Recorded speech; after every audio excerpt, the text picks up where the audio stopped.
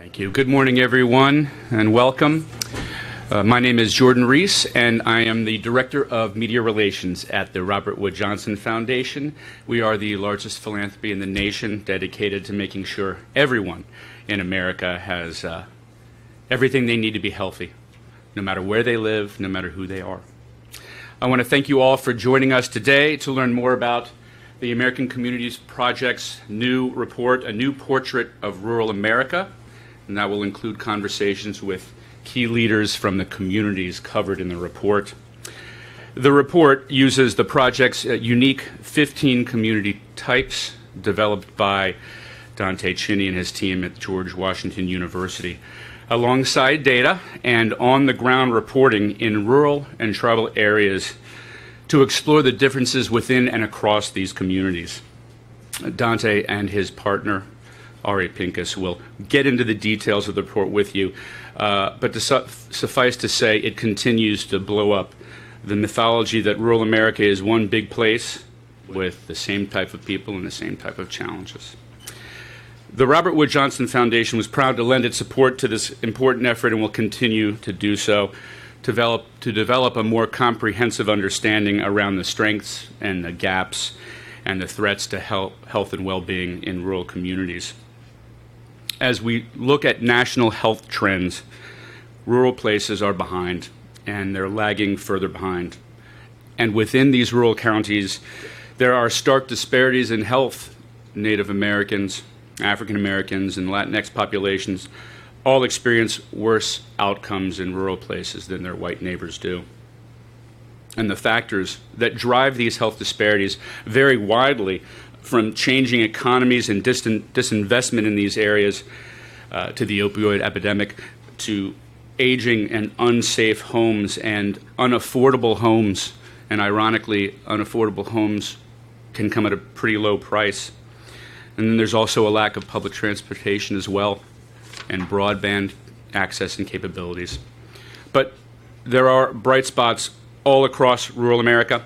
Local leaders are bucking national trends and working across disciplines. They're working across racial and ethnic groups and across party lines to improve the conditions in their communities and regions. And there's a lot that we can learn from them. The foundation is not new to rural. For decades we've funded in this space, but we know that there's a lot more to learn, and so that's what we're going to do today. Like you, we're here to learn from and about rural communities. And we look forward to working with all of you and with Dante and Ari and her team as well to lift up a more nuanced understanding of the many rural experiences and contexts so that we can improve health and equity and opportunity in our nation for everyone. So thank you for your time, and please allow me to introduce to you Dante Chinney. Thank you, Jordan. And thank you all for coming. Thank you to the Robert Wood Johnson Foundation for funding this effort. Thank you to GW, George Washington University, where we are based, the American Communities Project. I'm glad you're all here. There's clearly nothing else going on in Washington today, so thank you for taking the time to come by. I want to talk a little bit about the report. You have this 4-page handout, and that really just kind of encapsulates what's in the report. The report is very lengthy. It lives online. What you have is really just a summary of what's in there. I want to talk a little bit about the report, how we did the report, why we did the report the way we did it, and let's start off with the most basic question. What is rural? We spend a lot of time talking about rural in America. It's become a very popular topic. And in people's mind's eye, I think this is what rural means to them. It's old. It's white. It's an Appalachian, a story about Appalachia that you read in the New York Times, or it's about amber waves of grain or cows. And all these things are part of rural America. That's true. But they miss a lot of the complexity. So for this report, we're going to go over the data in a little bit. There are also reports on communities we went to. The communities we went to around the country showed just how much more complicated rural America is than you believe it to be. You know, yes, it is farms, it's agriculture, it's aging communities, but there's a lot of diversity in rural America. There are breweries and wineries in rural America. There is manufacturing, more manufacturing than you think in rural America. And there are the arts in rural America. But again, this is just a quick summary. When we set out to do this, knew we had one problem, and that was, how do you even talk about rural America without defining it? Talk to people in Washington, D.C., even at different government agencies. You get very different ideas of what rural America looks like. Sometimes it's metropolitan, micropolitan. Sometimes it's rural. Sometimes it's things that don't even get a category. After talking to a lot of people around town, we settled on this idea. We have 15 different kinds of community types we look at in the country, everything from big cities to different kinds of suburban America to different kinds of rural America. And we merged that with Hrsa's Rural Health Grants Eligibility Analyzer. So what you do is you go in there, they'll tell you whether or not your community qualifies as rural in their eyes. And that's the Health Resources and Services Administration. We took their definition of rural counties, or places that hold rural counties, our definition of all the counties in the country, and we wound up with this. These are the 9 community types that we look at in the American Communities Project, where 80% or more of the counties in them are either completely rural or hold rural territory. And you can see, even looking at some of these names, you get a feel for some of the complexity of rural America. Native American lands, aging farmlands, graying America, working class country, Hispanic centers. Rural middle America, LDS enclaves, evangelical hubs, the African American South. The thing that is really interesting when we looked at this data is, after you get beyond those 9, it drops pretty precipitously. All these places, 80% or more of the counties are rural, as analyzed by Hrsa's measure of rural. And this is what those types look like on a map. Okay, so this is all of them together. And the first thing is, it's a lot of counties. It's 2,243 counties from coast to coast, from Maine to Nevada, from Washington to Florida.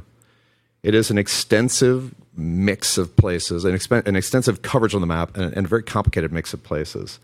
This is what it looks like, and you'll see when you get online and you look at the report online, which is americancommunities.org/rural report.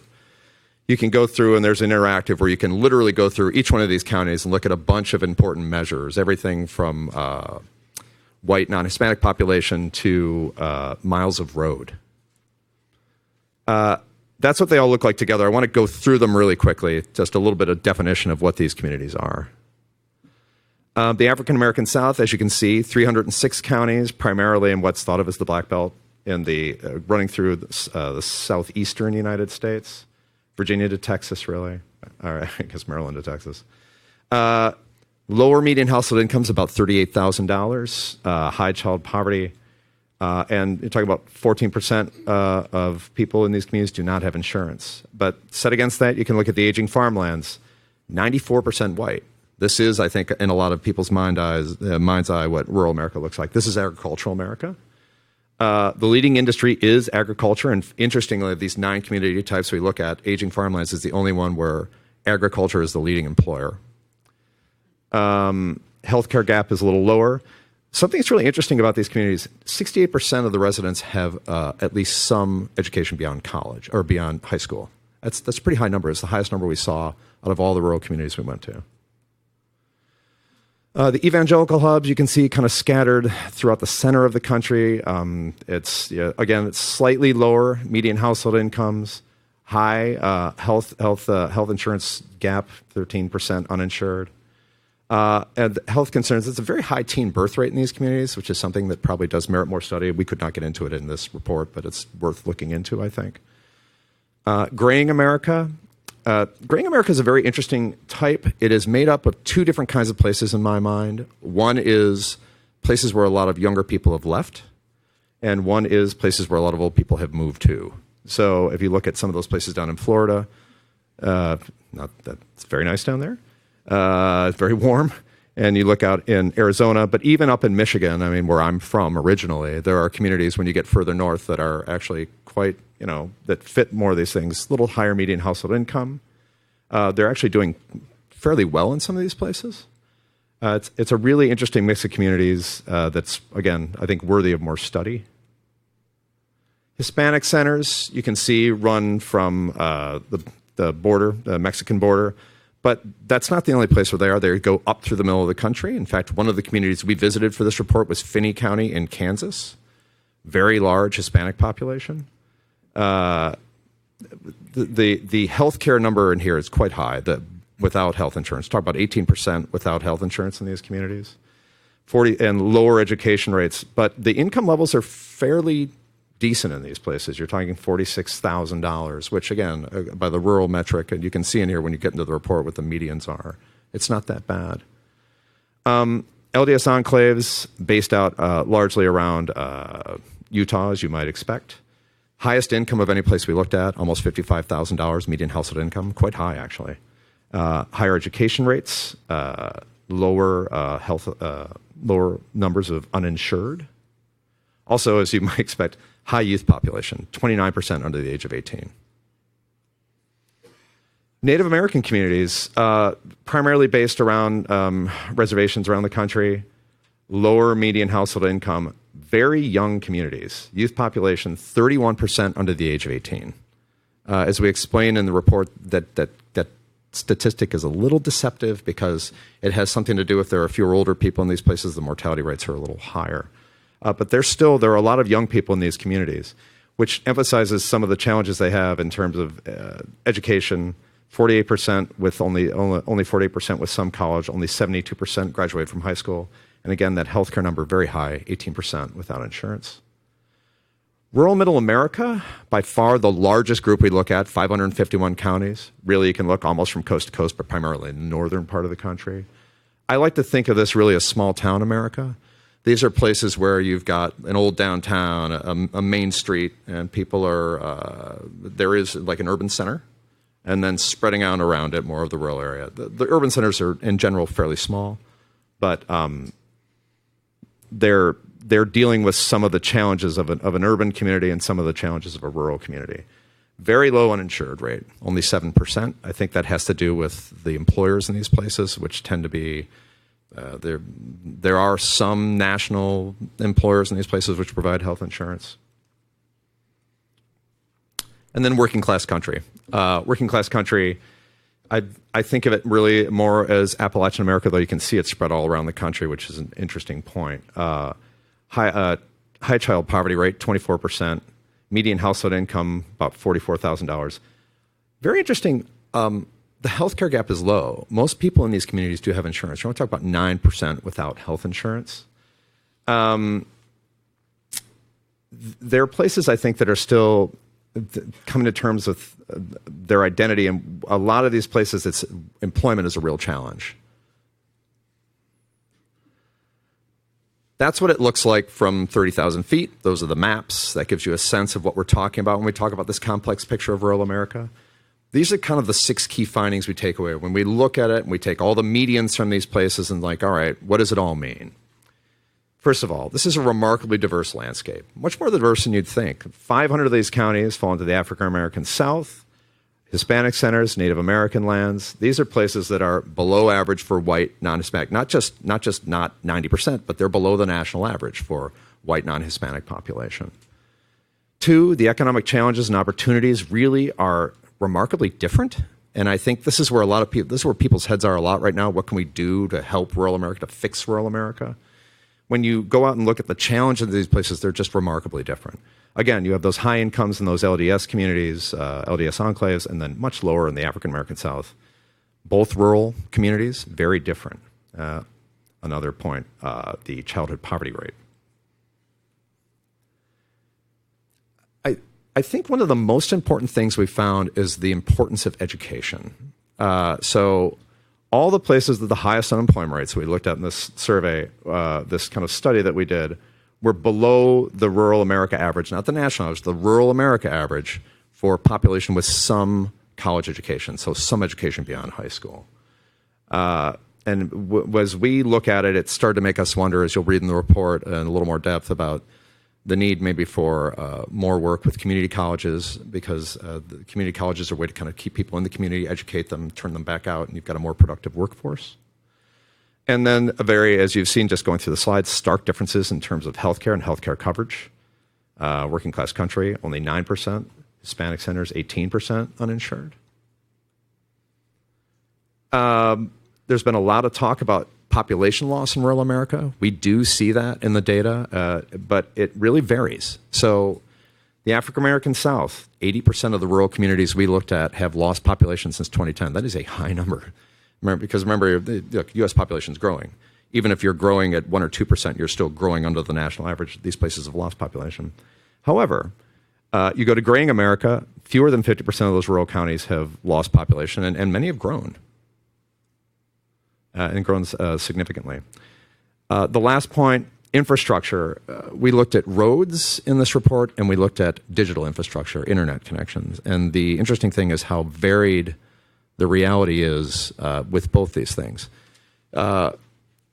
Aging farmlands, low population. These are fairly small communities, but they're actually fairly well connected by roads. I think that has something to do with the economies of these places and the need to move machinery and equipment and crops and anything involving agriculture around. African American South, much lower, even though there are many more people in those places, much more density, fewer roads. Internet connections, really different. If you look at mobile internet, I will say it's pretty remarkable how much mobile internet there is out there. A lot of people now, I don't know what coverage is a different question. We're just talking about whether people have access. A lot of people have mobile internet access. But when you talk about having a real line at home, like a high-speed connection at home, Hispanic centers, 80%, but then you get out to those Native American communities, it's only 40%. Real differences, again, places where we need to do some work if we're going to have economic growth and opportunity. That's just kind of a snapshot of the data. Like I said, this report is voluminous. There is a lot there. There's a lot to click on and a lot to explore. But then on top of that, along with the report, with the data part of the report, we visited 6 of these communities. Many of these people are here today. You're going to hear from them in a little bit. And we went to 2 different communities in Arkansas, Fulton and St. Francis, 2 different communities in Kansas, Finney and Gove, and then North and South Dakota, Morton, North Dakota, Todd, South Dakota. And the reason we did this, and we really would, look, there's always a lot of talk about data, and I'm a data person. I think it's important to have data to understand the picture of what's going on in a place, but I don't think you can truly understand it until you get down into these communities and talk to people and see what life is like. I would really urge you to take a look at these profiles of these places because they're fascinating. They're fascinating communities. They're fascinating people that live in them. And it's something that you have to have if you're gonna truly understand how to help rural America. You got to understand what the picture looks like on the ground. So what does this all mean? For us, 3 big takeaways. First, these communities are really diverse, and they have different strengths, and they face different challenges. Okay, they're driven by different kinds of economies and different sorts of people. What does that all mean? To us, it means that a lot of the conversation around rural America in Washington, D.C. and elsewhere is a bit misguided. That we spend a lot of time talking about rural America as a big blanket entity, and it's really made up of different places that need different approaches. There is no one-size-fits-all to help rural America. These places need different approaches and really different ways of reaching out to them. And that's a quick overview of everything. You have the 4-page summary, and right now, I'd just like to take any questions you might have. I guess that's a lot to just throw out there, but any questions from the audience?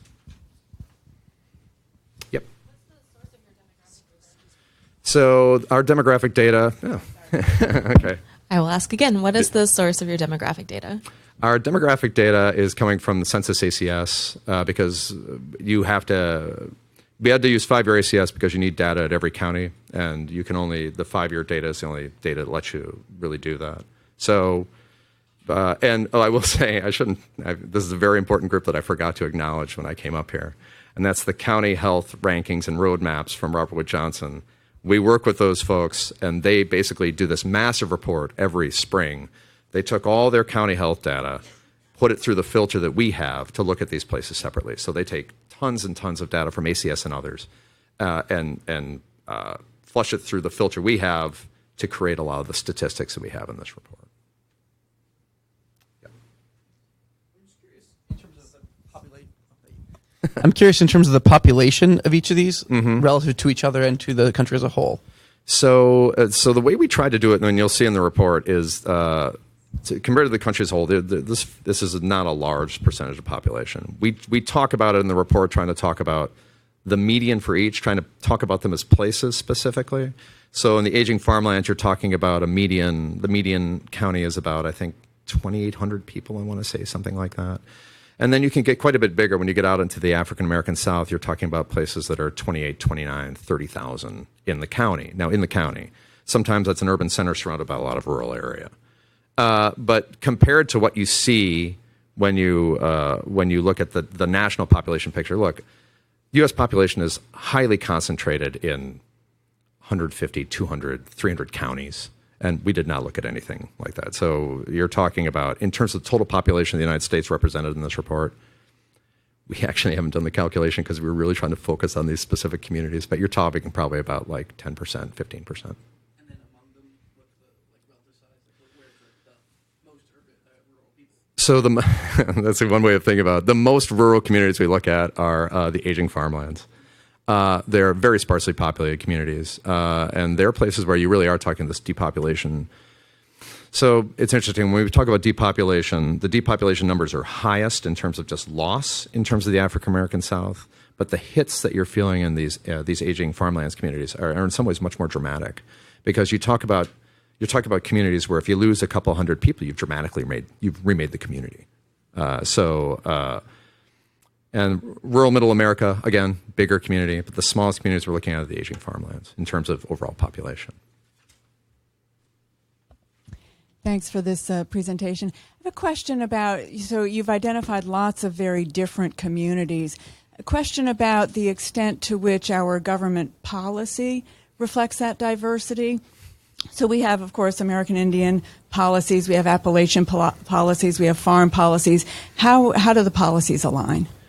So that is not something we looked at particularly closely in this report. We're hoping this is a tool for people to do that a little better. My inkling from going out to these communities and looking at the data is it's not terribly well organized. I mean, we do have ag policy, obviously, and we have policy for Native American communities.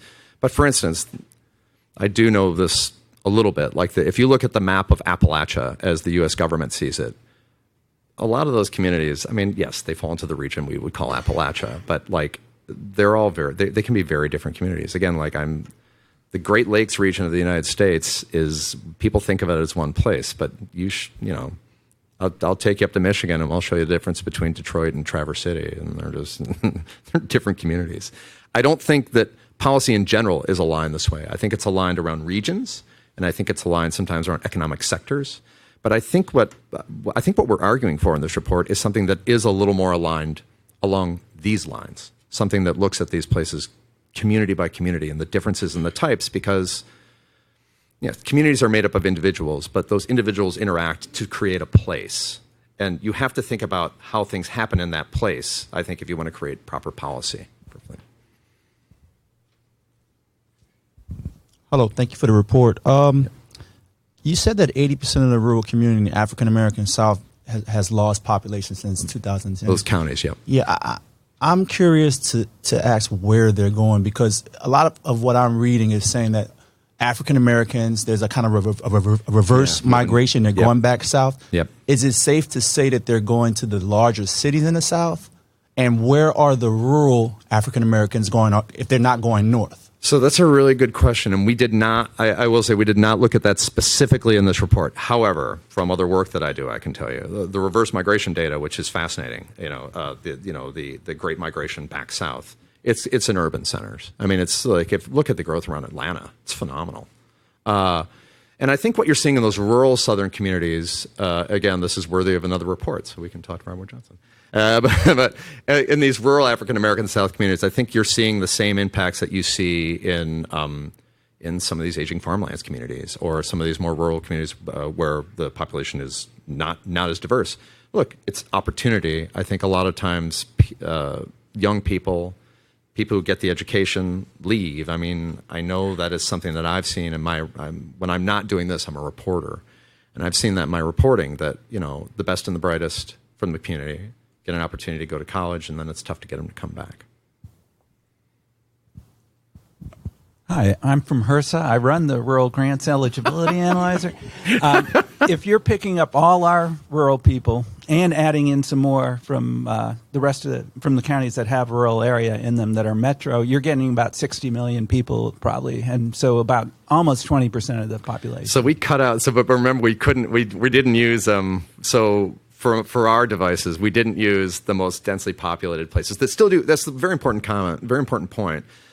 A lot of suburban areas have suburban counties have rural elements to them. We did not include them in this report.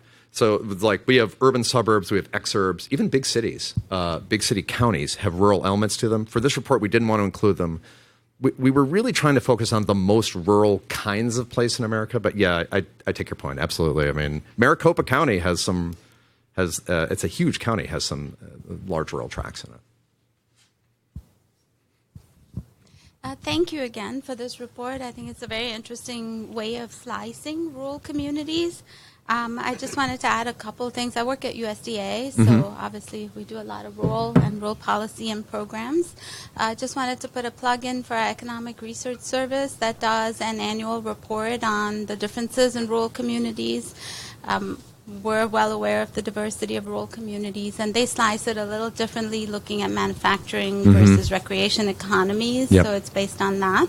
And then also want to let people know, since it's fascinating and heartening to see so many people interested in rural issues, so that rural development is a mission area in USDA, and we have a wealth of programs and tools to assist rural communities. So take a look at that as well. Thank you. Where are we time-wise? Are we okay? A couple more minutes. Thank you, Dante, for the report, and thank you, Robert Wood Johnson Foundation.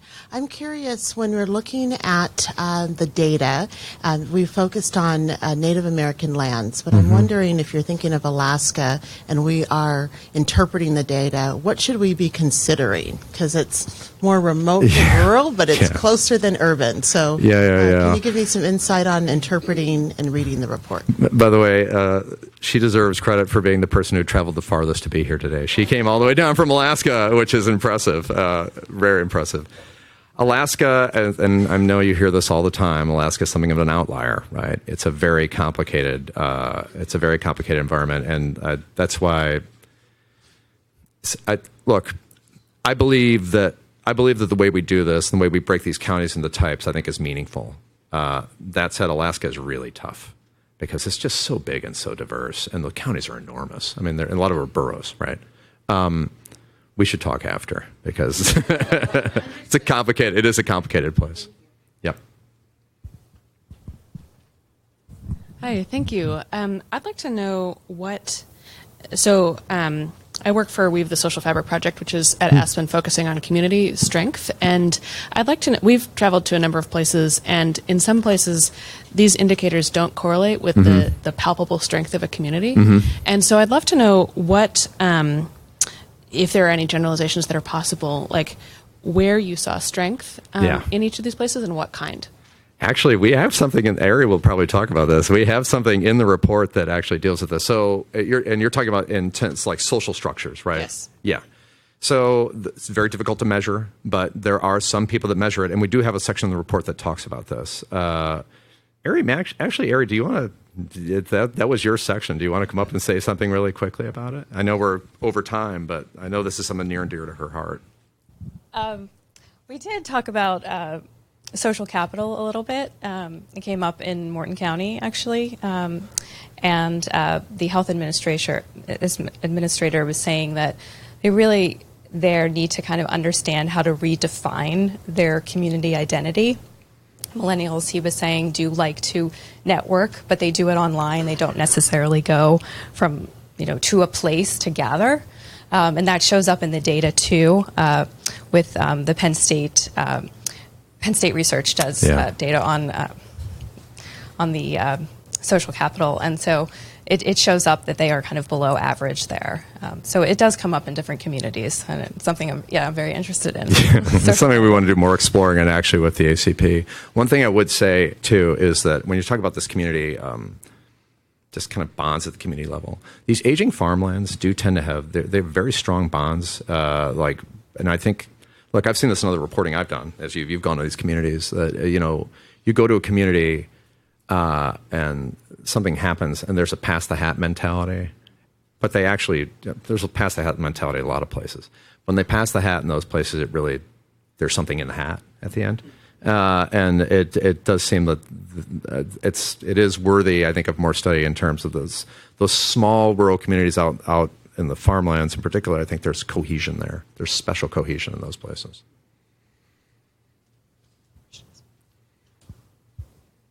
Any other questions? We have time for a couple more.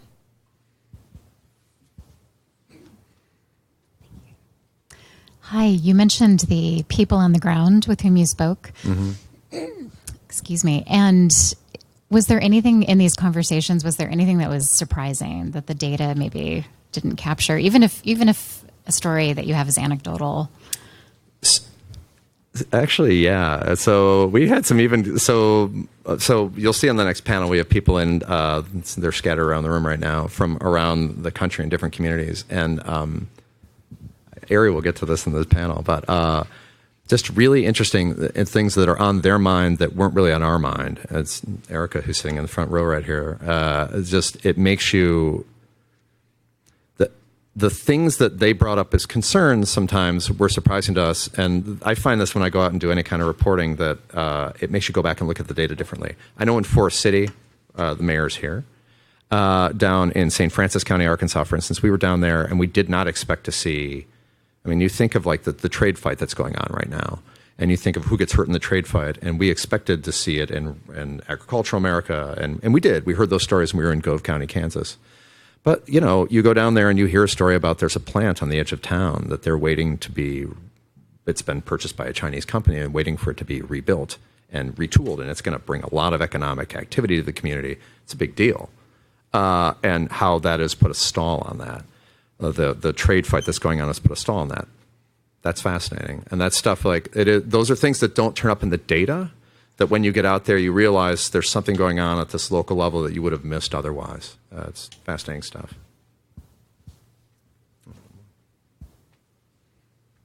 So, hello, Shay McNeil from National 4-H Council. I actually manage a grant called Well Connected Communities that's funded by Robert Wood Johnson. So we use county health rankings and roadmaps and all that data. But something I wanted to go back to, because we were talking about social capital.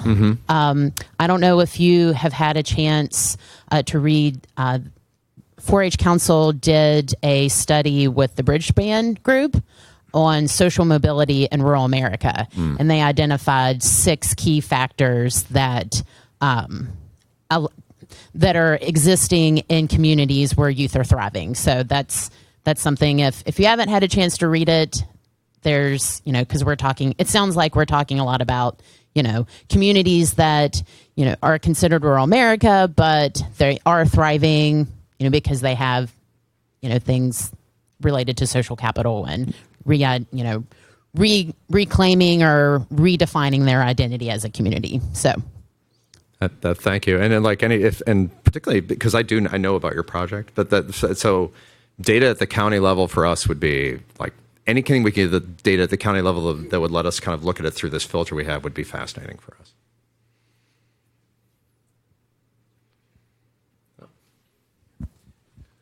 Hi, I didn't read the entire report. I'm going to ask you a question. There's a lot of it. There's a lot to it, yeah. You mentioned a loss of population in the African American South. You don't need to get too specific, but I'm wondering if there are certain things that certain rural counties are doing that are stemming the tide of population loss.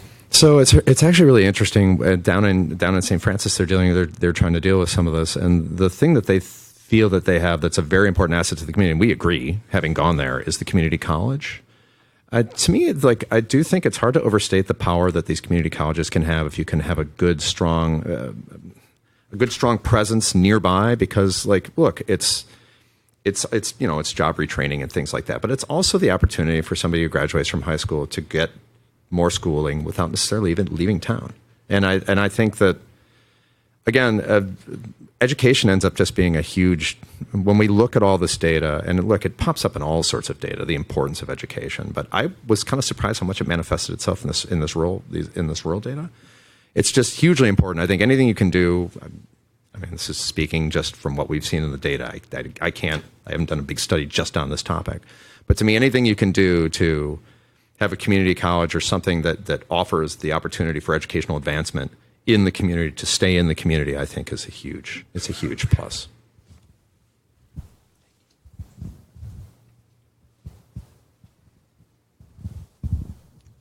Hey, Tony Pippa from Brookings. I guess one question I have is if using the typology, if there was a way, and I'm sure this is hard to understand from the data, but is there even perceptions of sort of stickiness? People staying that have grown up there, or actually leaving, going to college, going to an urban center, and then coming back and sort of investing in those communities? And is there any way to be thinking about the importance of that and actually what we really know about that? So that's a great question. And we were not able to look at that specifically. We saw examples of it. We actually saw it in Gove County.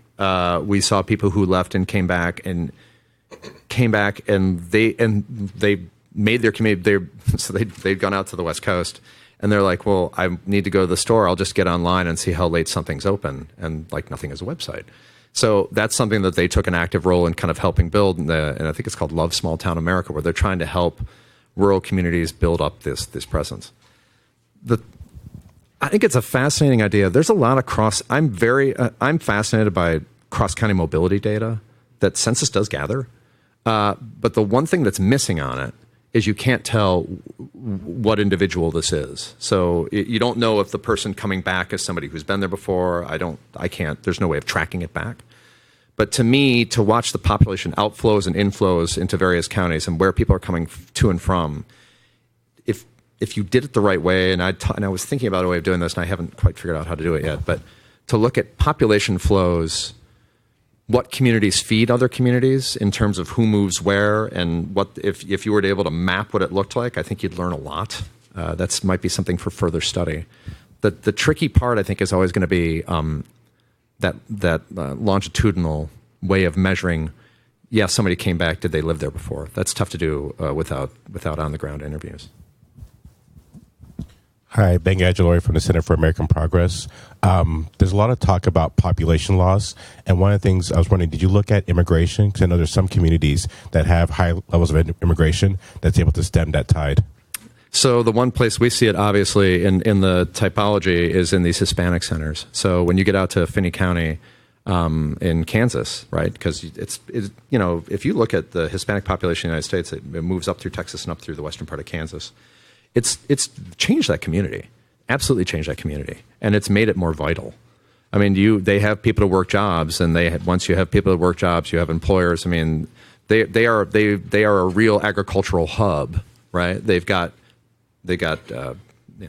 meat processing plants, chicken processing plants.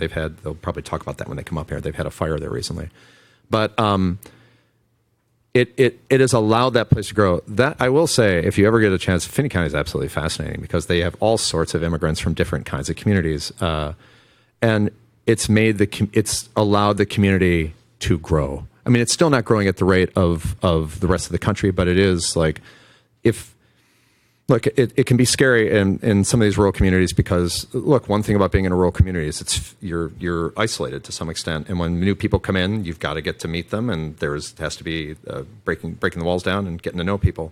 The same things that hold these communities that make them so closely knit can make it hard for an outsider, I think, to get in.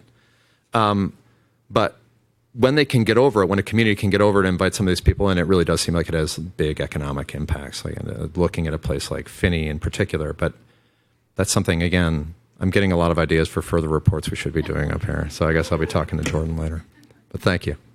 Hi, Heidi Shepard with the Rural Community Assistance Partnership. I did want to mention, I know everybody's talking about, bringing people back to their rural communities.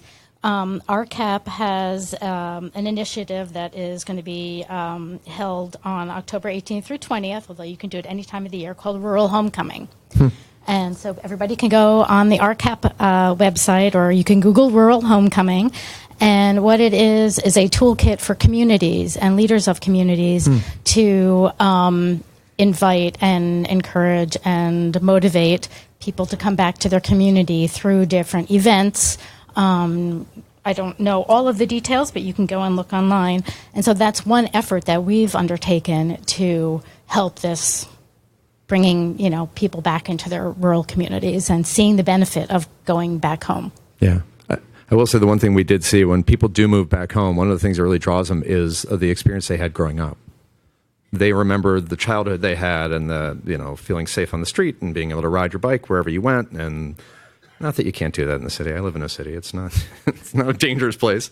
But like when you grew up in that community and you have memories of growing up there, that is when you have kids, sometimes they leave. And when they have kids, that's when the pull is to come back home. Yeah.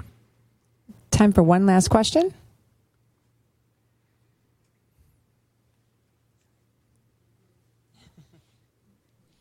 It's a long one. Hi, Clifford Deaton with Aspen Institute Community Strategies Group. Very thought-provoking set of research. I'm really interested in the nuance of looking at county-level data within, say, a region. Yeah. And what's there seems to be some tension between wanting to grow a region economically where people and businesses are moving across county borders. Mm-hmm. And the data that you've shown here that is very county specific. This is a working class county. This is a this is a different type of county. How do you see that tension operating, and is it a productive tension, or where do you see the best avenues for combining regionalism with your analysis? So that's particularly when you're talking about rural America, that's a really interesting question, because to me, look, some of these rural communities are part of larger urban areas, right?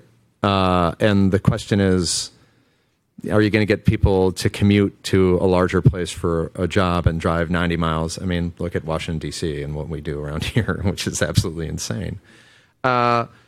But I don't think what we're arguing is that I don't think we're arguing that you should just be worrying about the county. I'm really not. I just think that at some point you need a unit of measurement. The counties are better. Look, some people will tell you counties are clumsy and they're too big. But to me, the reason we end up using counties is there's 3,100 of them. A lot of data is collected at that level. Do I think, and we saw from some of our work, that counties in these rural communities should work together and form regional approaches to problems? Yes, absolutely. But I would say that even when you do that, even at that level, I would say that if you're forming a regional approach to handling a problem, the understanding that looking at the region and say, well, this is just the region, isn't really right. You have to understand that even if that region, say you have a region of 6, 7, 10 counties, you've got to understand that even within that region, I hope what we have built helps you see that, like, yes, but this county is different from this county, and if somebody has a regional approach that works in some place with different kinds of counties, hopefully they can talk to people, they can talk to somebody who wants to try a regional approach and say, yeah, we had that same kind of challenge here. Counties X, Y, and Z were different than counties A, B, and C on these different factors, and you've got the same kind of situation, and maybe what we did could work for you. So I'm hoping that we're not calling for these places to be completely separate, but to acknowledge the differences between them. And when you're devising a regional approach, which I think is a good idea, you're taking into account the differences at the county level that will, I think, allow you to come up with a strategy that succeeds. Even within the region, like a standard strategy may not be as productive as understanding that within the region you need different approaches. Okay.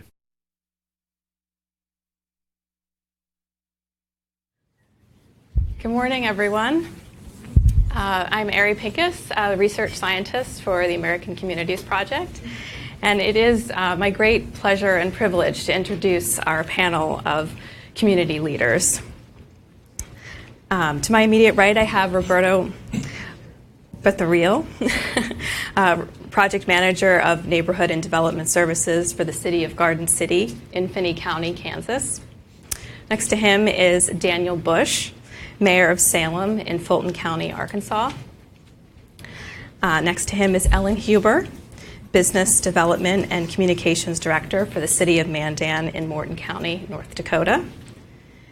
And then we have Erica Nicholson, Director of Gove County Economic Development in Gove County, Kansas. And then Cedric Williams, Mayor of Forest City in St. Francis County, Arkansas.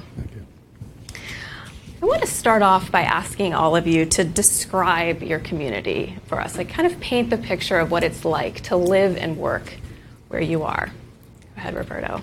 My community is about roughly 30,000 people.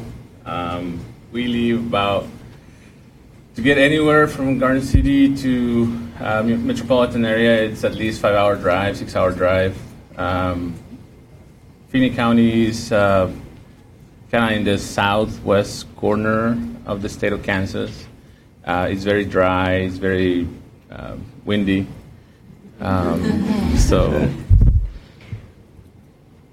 Okay, Daniel? Daniel Bush, Mayor of Salem. Thank you for the opportunity to come here and tell our story. So Salem, Fulton County, is located in north central Arkansas along the Missouri border. County population of roughly 12,000 people. Salem is the county seat with a population of 1,600.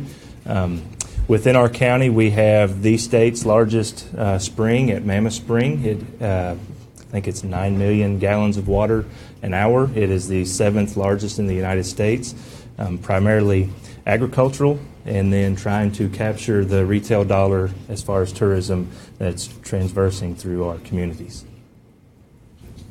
Ellen? Mandan, North Dakota is located along the Missouri River, just across the river from the capital city of Bismarck. So it's in central North Dakota along Interstate 94. And in North Dakota, our context would be either being a small city or a large, small town. But most importantly, we think of ourselves as a community. And I think that's one of our strengths. Erica? I think when we were in discussion last night, we were really honored that there is this much interest. So thank you for taking interest in our communities. We're very proud of them. I was born and raised in Quinter, Kansas, returned back home to Gove County several years later. What it's like to live and work in Gove County, I can be to work in less than a minute. There are about 2,600 people in Gove County, and my town has 961 people. Very proud community, very community-oriented. You know, we talk about helping raise each other's kids. I probably know everyone in my county. But thanks again for having us. Thank you. Good morning. I'm Cedric Williams, Mayor of Forest City, Arkansas. Again, thank you, Hrsa, and thank you, Dante, and thank you to the Robert Wood Johnson Foundation for, again, taking the interest in our communities. And thank you to each of you for coming today. Forest City, Arkansas, the city is about 15,000. Our county is a little bit over 28,000. We're an agricultural-driven community. Also, we do have industry and we have natural recreation in our area. One of our greatest assets is the people. We have great social capital as far as people in our area that really care about their community and care about each other. A great place to live, and again, one of the great assets is we can be at work across town within 5 minutes of there. Thank you so much, all of you. Now I want to just ask you a little bit about the economic pressures that you're currently facing in your community. Go ahead, Roberto. In Finney County, the economic pressure that we have is everything is based agricultural. So we have pretty much the main industry is Tyson plant that we have. That's the major employer. And everything revolves around that. So we have a lot of cattle feed yards. We have all the most of the agriculture that is for feeding all the cattle. All the piping and wells, drilling, and all that is to feed the cattle again and the food for all that. Now it's growing also a lot because we have what they call the renewable energies, those windmills. We have a hub where they bring in by rail and then distribute around the different counties in that area. So it's really kind of we're striving to move forward with it. Recently, we have a fire in the Tyson plant, which is the major employer, and one of the things that Tyson, we're very grateful for them that they continue to pay salaries even though the plant is shut down for reconstruction. So it's kind of scary sometimes because if you have only very some of those resources they go away, then what do you do?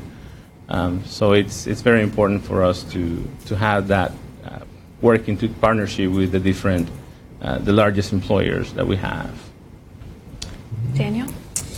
So in our neck of the woods, it's primarily agricultural, beef, with pork, and now recently poultry is kind of, chicken and turkey farms are starting to be dotted along the landscape. A gentleman earlier brought up a question on, I guess, regionalization as far as, trying to promote or recruit, our area. So that's something that our area has realized, that it's not a me thing, it's typically now a we thing, where our Tri-County area tries to put down those barriers and realize that in order to attract industry, we've got to come together and pull our resources together. And then if, big industry comes, to have a sustainable workforce to, help produce what that manufacturers need and get done. Yeah, thank you. Ellen? Well, I should share that our city of Mandan is about 22,000 in population and part of a county that's nearing 32,000, and then a metropolitan area of about 130,000. But the whole state of North Dakota is less than 800,000 people. And so agriculture remains the bedrock of our state, but we're aggressively working to diversify the state's economy, and that's true on the local level as well. And so we are fortunate to have IT, large business in the community. We've got a meat processor, refinery. Healthcare is hugely important to our region. And the number one thing I would say that's restraining the growth of our existing businesses and the startup of new businesses is our ability to continue to attract enough workforce to keep pace with the growth of our area. And how about you, Erica? How are you seeing things We're go? primarily agricultural as well. We are diverse. We have a lot of industry, a lot of production in Gove County, even as small as we are. I would agree that workforce is a challenge. We have the second lowest unemployment rate in the state. Our county does. We have businesses expanding, but we don't have workers, and that prohibits those expansions. That's hard for us. Our healthcare picture is very important to the success of our community. I hope that somebody asks me a question later about our healthcare and the number of doctors we have out in our area, the number of providers. So. You can go ahead. We have an unusual situation in Gove County where we have 5 physicians and 2 mid-levels. We are a regional facility whose physicians practice OB in a 120-mile radius. So if you think about that, do you really want to drive 60 miles to have your baby? So that is very key to the success and the growth of our community. And recruiting nurses and respiratory therapists and lab people, it's really a struggle. My challenges as far as economic development, some of the pressures are a little bit different. At where I'm at in St. Francis County and Forest City, we're about 45 miles southwest of Memphis, about 90 miles east of Little Rock. We're in what's called the Delta. So one of our biggest challenges is job creation in our particular areas. And the jobs that we do have, again, agriculture-based, we do have industry in our particular area, but also the wages of those jobs and making sure they have livable wages in our particular area. The workforce, we're working and partnering with our community college and different high schools and education system to make sure that our students, our young people are receiving the skill-based training that where they can be successful. But one of the things that we'll talk about probably a little bit later is we have that skill-based training, but the jobs in our particular area where they can put that to use is not there currently.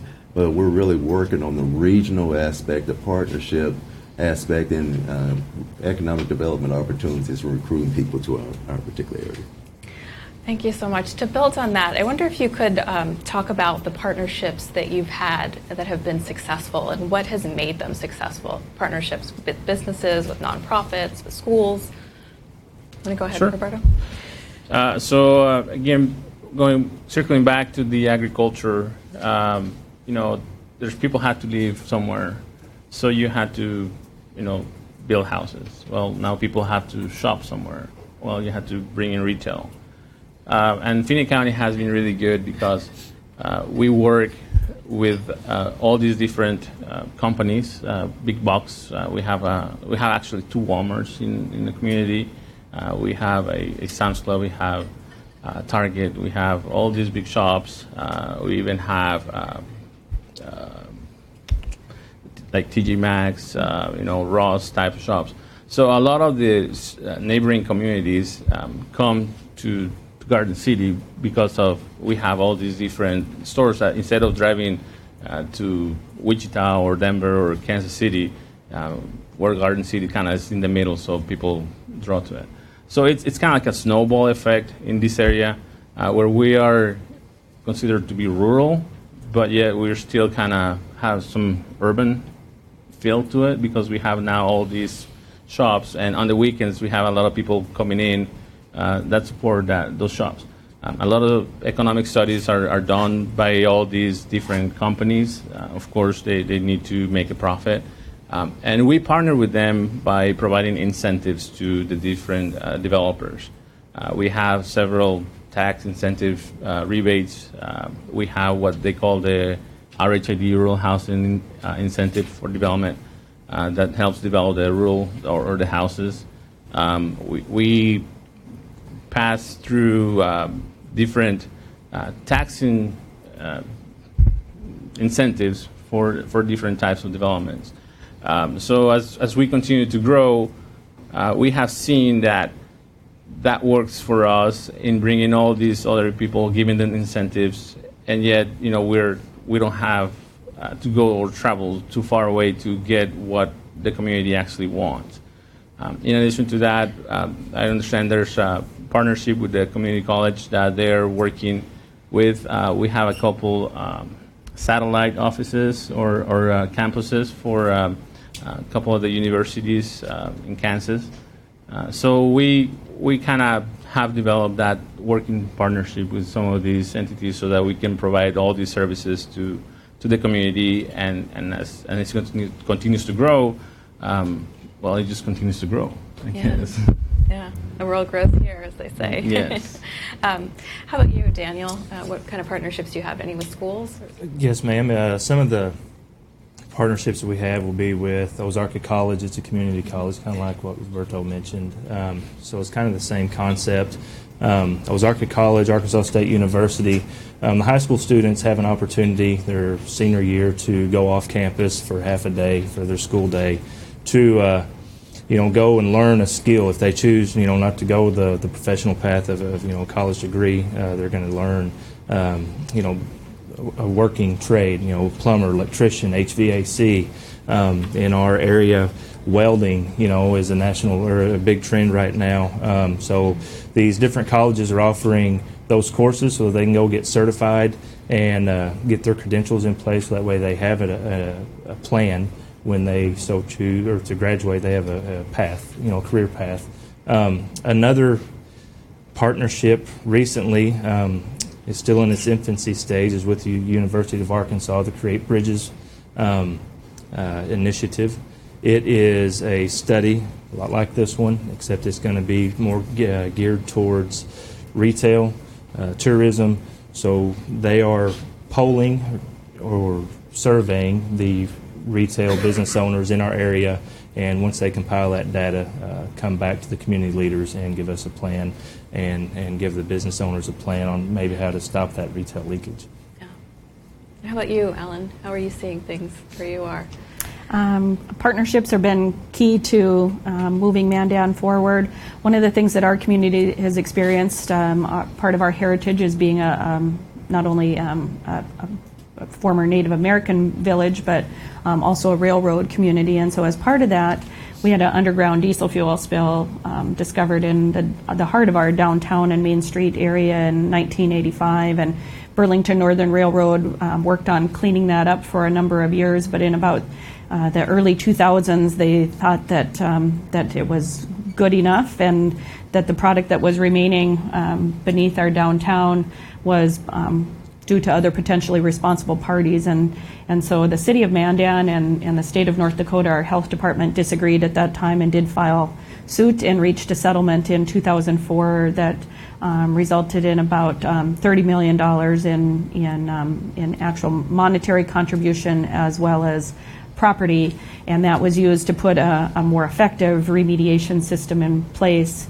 And as they went out to look at remediation providers, there were many that would have said tear down the buildings, dig up all the soil, get all this contaminated soil out.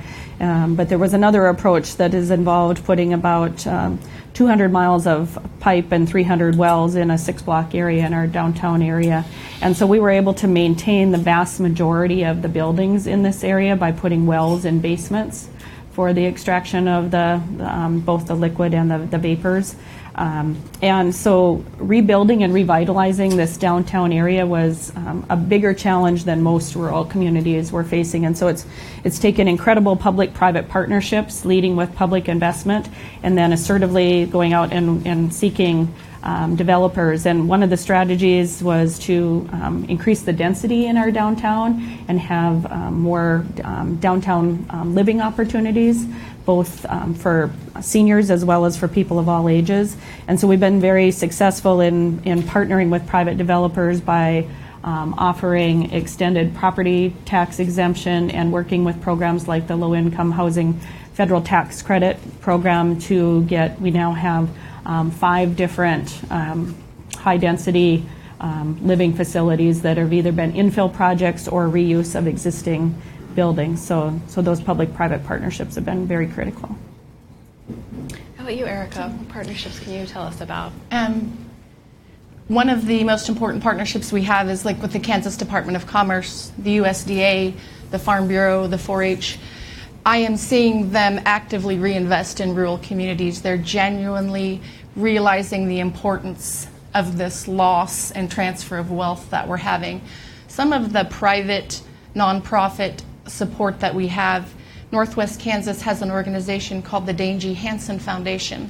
It covers the northwest quadrant of the state of Kansas, and they reinvest in these counties to the tune of millions and millions and millions of dollars every year. They have opened the Northwest Kansas Center for Economic Innovation, and they pay for that. But they're teaching us at the county level how to reinvest in ourselves. You know, we're bootstrap mentality. We understand that we can't sit there and say, help me, help me, help me, if we don't invest in ourselves. And so when sometimes you sit with economic development people and they'll say, oh, well, you can't get that USDA grant or you can't get that Department of Commerce grant. Well, I promise you that you can. You know, if you show them that you're reinvesting in yourself and what the return on investment will be, they'll absolutely invest in you and take a chance on your community. They've been very successful. We have a partnership with the University of Kansas where they send med students and preceptors out on their rural rotations. And I'll be honest with you, that's how we lure in all these doctors. You know, if you want to live in rural Kansas and you do a rotation in Gove County, Dr. Mackin will take you hunting or fishing. It's typically the spouse or the non-physician partner that we have trouble convincing to live out there. There's a new program called Rural and Remote. A gentleman out of Dallas, I think, has started that. So we're saying, you know, if your spouse wants to work 40 hours a week and make a decent living, look for the jobs through this Rural and Remote website. We have a great partnership with the Kansas Housing Resource Corporation. Housing is very, very hard to come by, not affordable. So, you know, without those federal and state partnerships, it would be very, very difficult in Gove County. Cedric? Yeah, great. Yeah, since becoming mayor, forming partnerships has been one of my keys. My slogan in Forest City is one Forest City, one community, one vision, and that's us working together and utilizing our resources. Some of our recent partnerships started with our county judge, and a small partnership where we partnered together on early warning systems as far as our county. Within our city limits of Forest City, we have tornado sirens, but outside the county, there was nothing. So we partnered together for new technology and code red to where when there's severe storms or threatening weather in our area, that they receive text messages warning them of those particular items. So that's small partnerships, again, with the county. It all starts with the leadership. Big partnership is with our education systems within our community. Have great partnerships with the new superintendent of our local high school, Forest City High School, and also the president, Dr. Kathy Klein, of our East Arkansas Community College. Forming these partnerships, we had a recognized program to where the governor of Arkansas came down and looked at a program where you talk about welding, you talk about CDL drivers, how we were educating and our students and having them what we call work ready certified to become a work ready certified community. And through that partnership, we were recognized, we were partnered with our local elected officials, Representative Reginald Murdoch of our area, to where we received a workforce grant to where we were able to employ over 65 youth in a 3-county area with the different mayors in these particular areas, to where we could put these kids to work for 2 months in our local businesses free of charge, to where they gained workforce readiness training, but also we were able to document that we did have a workforce in our area. It's these small partnerships like that that really shows when I talk about the vision of how we can grow our community in our area by working together with the resources that we have. So public-private partnerships are truly, truly a key, and we have several more that we're really working on, and a lot of them are geared, again, towards the young people in our community. As one thing is when you're working with rural America, when you're working with challenges in your community, if you concentrate programs, concentrate different activities involving the youth in your community, you bring together all different demographics in your area. So that's one of the things we're really trying to concentrate on in our area. Cedric, I wonder if you could tell folks here about your Unity initiative and how it came about and what progress you're seeing in the past year since you've taken office. Well, one of the biggest things, and we talk about it, in my community, I've lived there 6 years. I did not grow up in my community. One of the things that really drove me to run for mayor in our office, I saw the resources, I saw the great people, I saw people working hard to different things in the community, but there was a divide among the leadership where the leadership was not working together. And so that what drove me to run for mayor, and I ran on the platform of unifying our community, and we're blessed to be elected mayor of our community.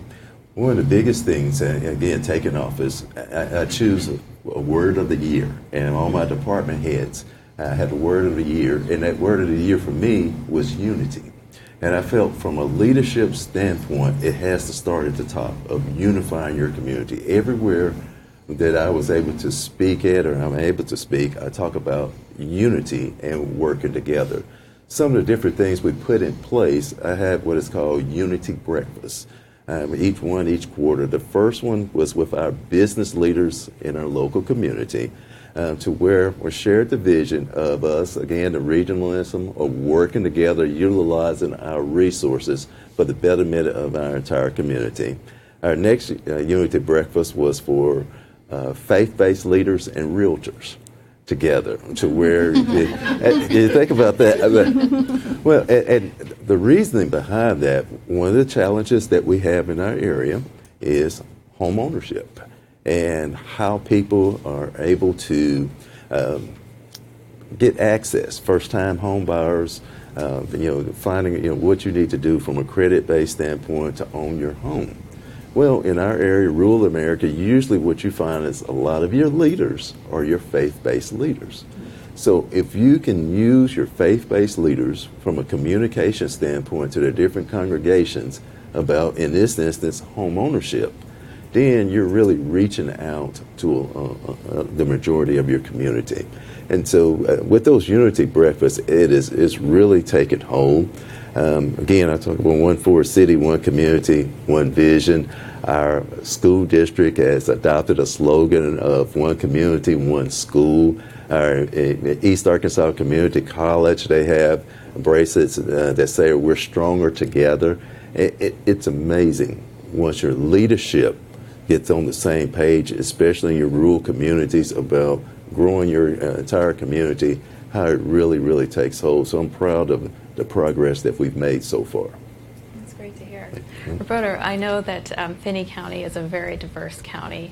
People from all over the world have been coming there for about 100 years or so. I wonder if you could talk a little bit about how the community comes together. What makes Finney work so well? Well, everybody respects each other. That's one of the biggest keys in it. And we respect what their beliefs are. We embrace. We try to include everyone. something as simple as translating the brochures that we have and make them accessible, and finding people who actually can, help us translate. We have people start coming from Vietnam when there were some refugees, so the community embraced that, and these Vietnamese people, they embrace the community as well, and then now have a lot of Hispanic, that's really growing a lot as well. Again, people embrace the Hispanic community, and we also receive refugees from Burma, refugees from Somalia. So there's a lot of, we're beginning to identify, these people aren't so bad. We're all can work all together. We're still people. We're still, have interests. We still have to find a place to live. We still need to eat. We still, have necessities. So they're not that different than we are. So by doing that, we all unify. We have different events. We celebrate their different cultures. In fact, our logo was recently, not recently, maybe about 5 years ago, changed to trying to embrace all that. We did have, unfortunately, attacks on, I can't remember if it's 2015, where a mosque was going to be bombed. 2016. Yes. And so the community got together and we embraced that. If you attack this, type, you're attacking our community. So people realizing that, they feel more welcome, and in giving them back, for example, me being Hispanic, if I feel welcome, of course, my nature is going to be, you're welcome too, and I try to embrace your culture, and so it just works hand in hand, and we edify and elevate each other. That's great. I want to switch gears a little bit and talk about infrastructure. Daniel, there's a major project going on in your neck of the woods. Maybe you can tell us a little bit about it. Yes, it is broadband internet. It is going to change the way how we can do business in northern Arkansas, predominantly in our rural areas. So it is an initiative that North Arkansas Electric Cooperative has taken upon themselves, with rural electrification. So that mindset is to introduce broadband into rural areas. They have the infrastructure in place to wire that to the homes in rural America. So I believe it's a 4-year plan to hopefully have broadband internet available to all of their customers that are on their electric grid. And with that, hopefully that will spawn jobs. The mindset in my area, obviously with the older business people, they don't typically, they don't think online sales. So hopefully with having a high-speed internet access, this is going to recruit, the ones that do go off to college. They can come back and work in Salem, Arkansas and make 6 figures a year, So it's anxious to see. It's in, I believe, its 2nd year of getting up and running, so to speak. It is a large region that they've got to cover, but they've got the contractors in place to get that up and going. So I look forward to seeing what opportunity that this will create for our area. Great. Ellen, I know infrastructure is a major issue where you are too. I wonder if you could talk a little bit about what you're seeing there. Sure. Well, if you see less productivity in business development in Mandan, it's because I now have Netflix in my home. So I'm a lifer in Mandan, other than 4 years at North Dakota State University in Fargo, and I'm only now less than 2 miles from city limits. So the city has definitely grown to reach what was my parents' farm and ranch growing up. But interestingly enough, we were sort of in no man's land when it came to high-speed internet, and so fortunately we're seeing some great partnerships through our rural electric cooperatives as well. And so really that's one of North Dakota's advantages, I would say. I mean, so I was kind of unique in saying that I didn't have Netflix until this last year. That's really been a strength of North Dakota to have pretty good IT infrastructure, and we recognize that with that workforce attraction challenge that we have, that if someone can't get Netflix in their home, then that's probably not going to be the quality of life that they're going to choose for their business or career. And so that's an important advantage that we're promoting now. But then the other challenges that we face are really just in maintaining existing streets and roadways and maintaining that aging infrastructure. So we're putting a lot of money into a new intake for our water treatment facility, needing to put money into stormwater management, and then we're also hopeful in the future for another interstate exit too. How about you, Erica? Could you talk about infrastructure a little bit? Sure. I'm going to jump on the internet bandwagon here. It's critical in Gove County. We're very lucky. We have excellent broadband internet service. Dante talked about the Love Small Town America, the young lady that runs that. You know, without direct, fast internet access, she couldn't run that. You guys have all probably seen some Facebook Lives or some business pop-ups, and we have a lot of those. We have clothing boutiques, we have folks that sell jewelry and purses and clothes online, and that kind of fuels our commerce cycle as well. One thing that's really hard for us, and it's probably hard for Roberto too, we're concerned about our water, and I consider water part of the infrastructure. We have a lot of farmers irrigating, even though we've had a really wet year, uncharacteristically wet in western Kansas. We're concerned about water. What happens when our farmers can't irrigate? What happens when your agricultural water rights and your municipal water rights, they're fighting for those same gallons of water? How are those discussions going to look in the next 8, 10, 12 years? They're going to be difficult discussions. You can't have the city, the hospital, the schools without water, but your farmers can't irrigate their corn or their wheat or their feed. So those will be discussions we'll have to tread lightly, but we're going to have those talks. If we have a decade of the precipitation that we had last year, then maybe our water tables will rise. But even with all that precipitation, we're just holding at the low level that we're already at. And it's frightening for me, the water issue. How about you, Cedric? What does the infrastructure picture look like where you are? Well, I could say ditto. Everything everybody said here is amazing. We come from different parts of rural America, but we experience a lot of the same issues when you talk about infrastructure.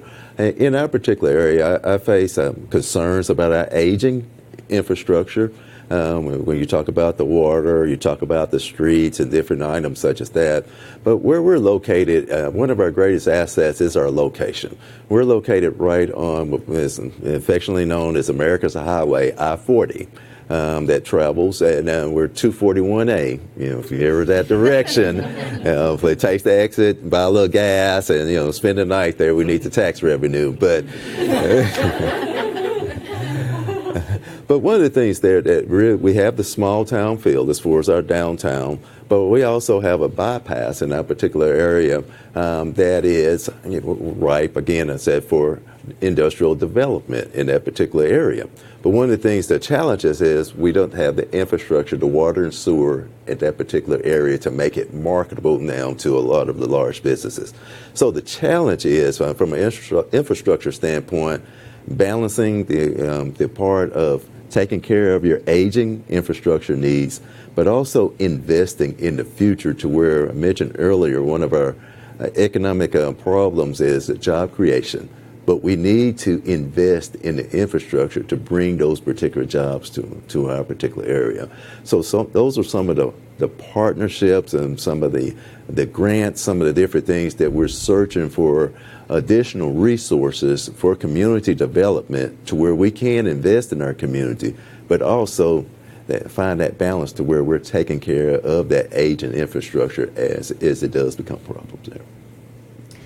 I want to talk a little bit about news and information and what you find where people are going to get their news and information online, offline. If you could, maybe Cedric, you want to start?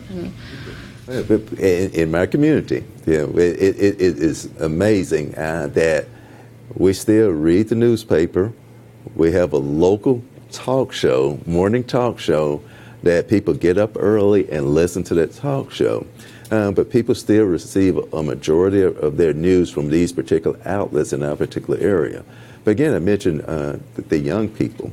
One of the things now with our young people, they get their information off Facebook, Twitter, Snapchat, or whatever the latest fad is on those particular areas. So it has to be a balance in my community, and we still have a great relationship with the media outlets between radio and a newspaper. But we had a storm that happened in our community of June of 2018 where all the electricity was out. Guess what? We didn't have a newspaper. We didn't have the radio, but we had Facebook. And so the news was being reported by Facebook and individuals.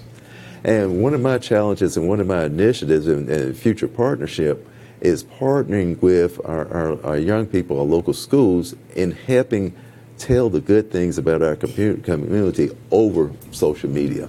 In other words, controlling our message.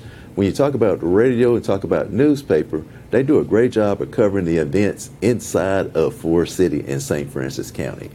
But we have to get our news and our assets and different things outside of Forest City and St. Francis County about job creation. We just had 14 new jobs created in our area from Mid-South Health Systems moving to our particular area. The great natural resources from a Stewart Springs Park to our new aquatic center. We need to tell the great things about Forest City, Arkansas outside of Forest City, Arkansas. That's where partnerships with Facebook, streaming our city council meetings, investing in technology to where we can tell our story and people don't have to come to Forest City just to hear our message. And that's some of the things we're utilizing our young people to help do that in a better way. Okay, thank you. How about you, Erica? Are people streaming where you are? They are, and you did a great job. Your exposure and what you guys use in your community is very similar to what we use. I will tell you that a lot of our world's problems get solved at the coffee shop in the morning too. They kind of feed each other information and make decisions, and I know what I'm doing every day because they tell me. They're engaged, they're invested in the community, and they sit and they chat about the football game on Friday night or like. We are at a different level. When we ate dinner with you last night, you guys talked about what's happening in Washington, D.C. right now and how it's kind of overshadowing everything. It's not overshadowing much in Gove County. We have to get the corn in. We have to get the cattle fed. Gordon's got a cattle sale in 2 weeks he's got to get ready for. So we aren't consumed with the discussion of what's happening down the street. We have homecoming this weekend. We got to beat the Bulldogs or whoever this weekend. But we do, if I want to know what the grocery store's hours are, or if the pit stop's open, or if the restaurant's open, I can get on their Facebook page and I can see what their special is for the day. I would tell you that if our cell towers went down, that'd probably cripple. Everybody would be like, oh my gosh, what am I going to do? I don't know how to, is the interstate open because of the snow? But we're very similar to the things that Cedric described. Yeah. How about you, Ellen? How similar are you or different? Probably the uniqueness that we face is we have strong metropolitan media in terms of Bismarck Tribune and local television stations, but our Mandan News, which was owned by more of a conglomerate, it would cease to exist if it wasn't that the city and county are required to publish minutes and public notices and such in it. But they have ceased to have an office in Mandan or have an editor devoted to news coverage. And so what we found as a community is that we needed to go more direct, as Cedric was saying. And so we have created what we call the Mandan Messenger newsletter that goes out with our community water bill mailings and is available online. And then definitely have embraced social media as well as push messages that people can sign up for through our website. But so Facebook, Twitter, and Instagram have become hugely important tools. We even use an electronic message center on our main street to help alert people to information. And then definitely from a proactive standpoint of changing that tone of conversation to being more of a can-do community and talking about all of the possibilities. We, in 2009, had a community strategic planning process, and from that came 4 committees, 2 of which are still active. One is called the Leadership, Pride, and Image Committee, and so that group has kind of become ambassadors, and so we have what we call a Made in Mandan Facebook page, because we talk about opportunity, fun, achievement, and community all being made in Mandan. And that particular Facebook page has about 7,000 followers, which I think is pretty good in a community of 22,000. And it's really all about what's positive that's going on in our community and pushing that information out and giving people reasons to move back to North Dakota and back to Mandan to take those job opportunities. Great. How about you, Daniel? What's the role of social media versus traditional media? Kind of like what you said, the coffee shop. No, honestly, it's probably a mixture of both. More so social media due to the fact of living in northern Arkansas on a county that borders Missouri. So our televised local news is coming from about 2.5 hours away. And with our unique position being along the Missouri border, our local stations are Missouri news broadcasts. So what we're seeing as far as state news is typically Missouri news. So that's a disadvantage of living, being a border state. But as far as the national level goes, it would be typically social media, an outlet on that. That's about it. How about you, Roberto? Well, I always believe that we are now in the age of communication. So really, rural America is really well connected because we're in the age of communication. Like Erica said, if the cell towers go down, oh my God, I don't have Facebook anymore. So you can sell your washer, dryer on Facebook. You can sell a car. You can sell anything you want on Facebook. Yes, we do have a local newspaper as well, but a lot of times they get their national news from the AP News. So again, I think that we are very well connected. All the different means of communications, infrastructure is advancing forward with cell towers, small transmitters, all those kind of 5G is coming to town as well. So I think that it's just a mixture of, it all depends what you want, where your interests are, and you can find them either in your local newspaper or you can find them in your local news channel, Facebook as well. I want to switch gears a little bit and just ask you all, what do you find about the food quality and access where you live? I know you're all a lot of agriculture-based places, but what do you think, Roberto, in terms of access to food? So agricultural base doesn't necessarily mean that you can eat it. We have a lot of cornfields, but the corn that they grow is really not sweet. It's for cows. So although you have a lot of agriculture, it's not the final product. It's the raw material that goes out somewhere else to get processed. Garden City is like I said, is kind of in the middle of everything, but yet it's in the middle of nowhere because it's too far away to get stuff. We get about 10% increase in to bring stuff in. So it's actually quite expensive, more expensive than you would think. I also lived in Miami, and food in Miami is more accessible than food here. Then again, all the different retailers and food chains, they cater according to the demographics of the population. So I have noticed that now that we have a lot of people from different countries, we have a lot of foods from different countries. So it's good. We have a great variety of stuff, but yeah, it's still a challenge to bring it in, and it's still a bit more expensive to. Do you find that's true too, Daniel? I do. Kind of follow up with what you said, the raw product. A lot of our main beef sales go to your neck of the woods out into Kansas to the feedlots for sale. With that said, the majority of the people will buy their own, and fatten up a steer or whatever. So they'll have their own raised beef, pork, not so much on the poultry side of it, but beef and pork is predominantly readily accessible within our community. Now, keep in mind, Fulton County, a population of roughly 12,000 people, with Salem being the county seat, we have one grocery store. And, so with that said, trying to service the amount of people that we have, your necessities, your commodities that you try to go purchase, are not readily accessible. So that's where the retail leakage happens, where, residents in Salem traveling east and west, the different communities, to the big box stores to buy their, canned goods or their toilet paper or whatever. So Salem's doing, trying to do a better job of that. But as far as, freshness, food quality, it's there.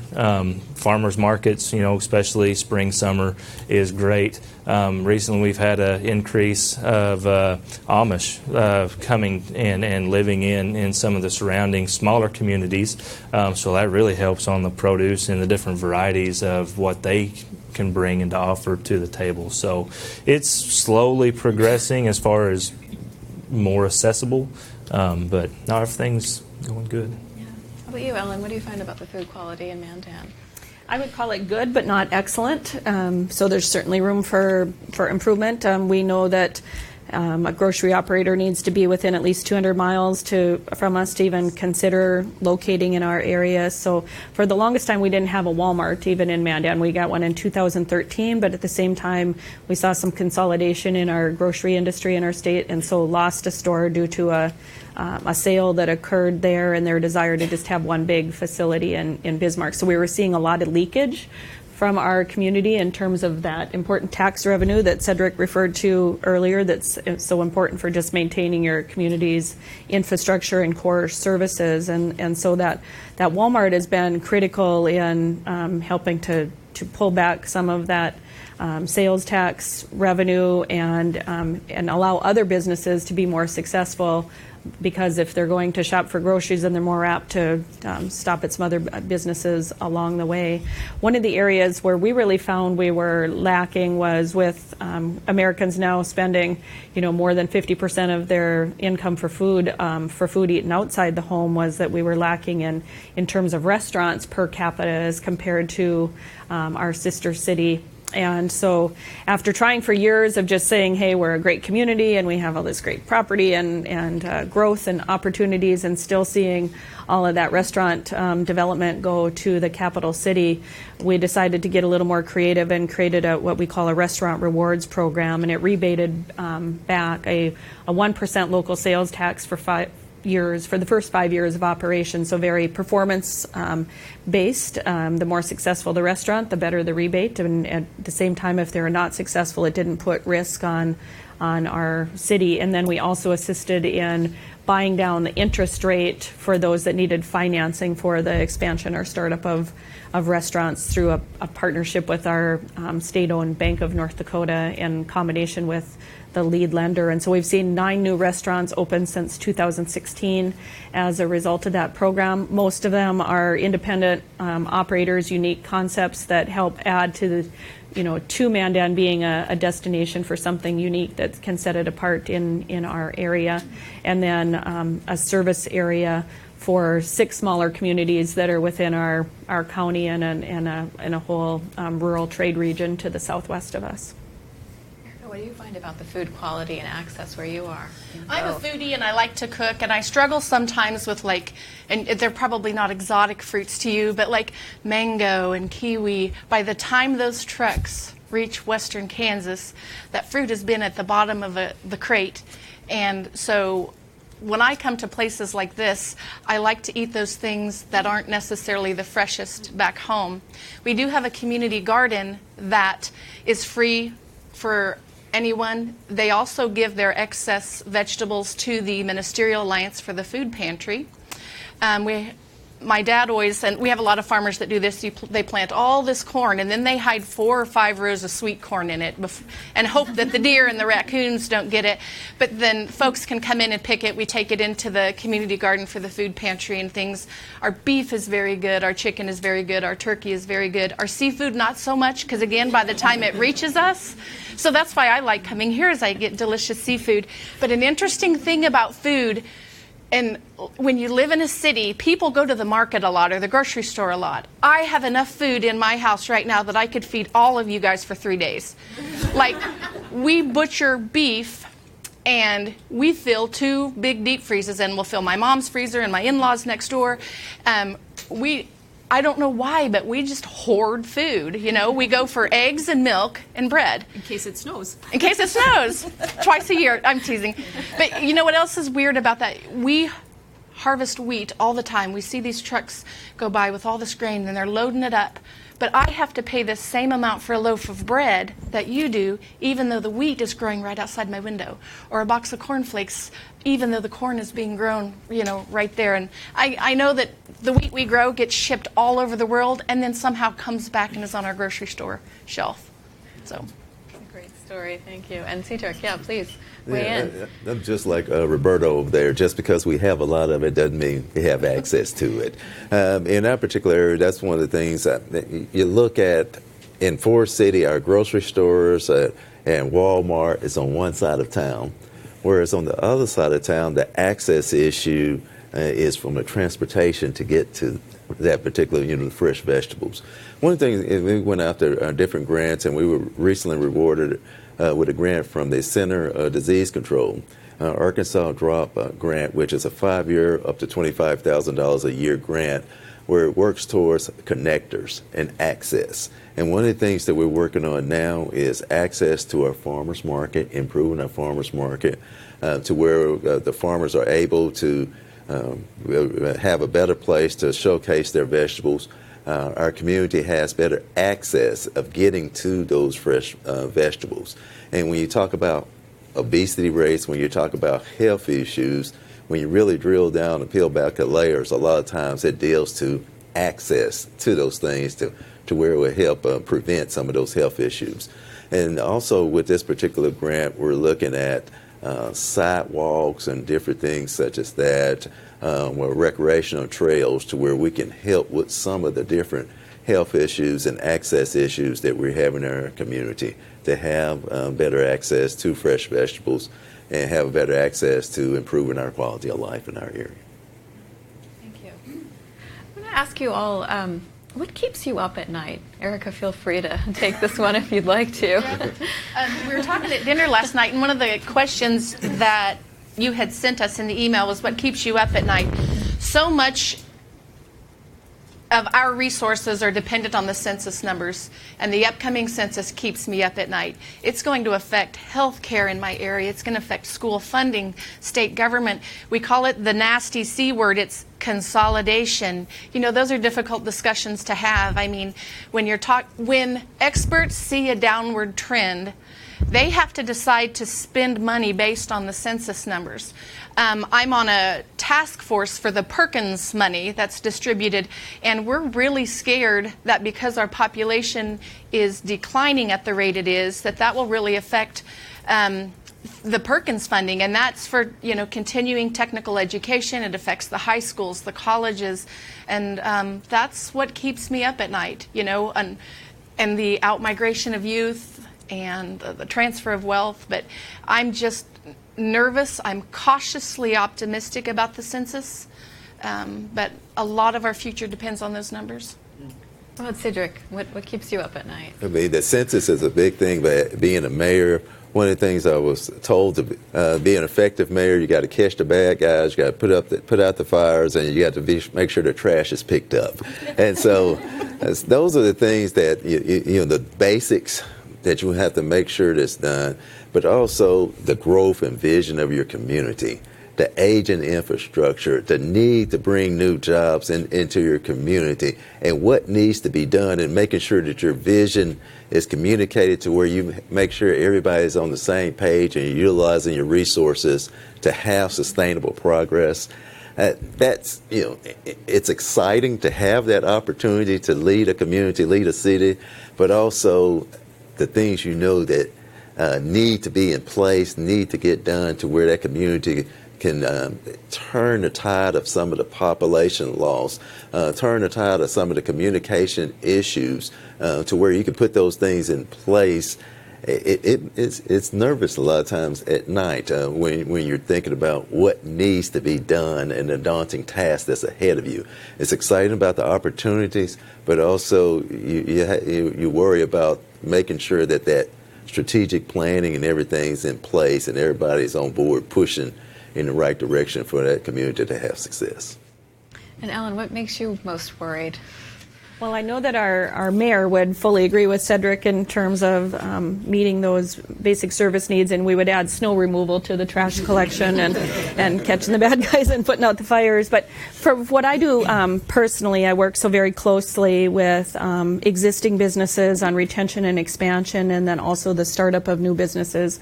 We just finished our 7th annual Business Startup 101 workshop, and we have an experiment. We offered a business pitch challenge last year and have seen 6 businesses open from 11 entrants. And so we have our 2nd annual competition coming up. But so through all of this, these businesses become, kind of like my own children. And so I worry, every day, every night, every week that it could be 2 steps forward and 1 step back.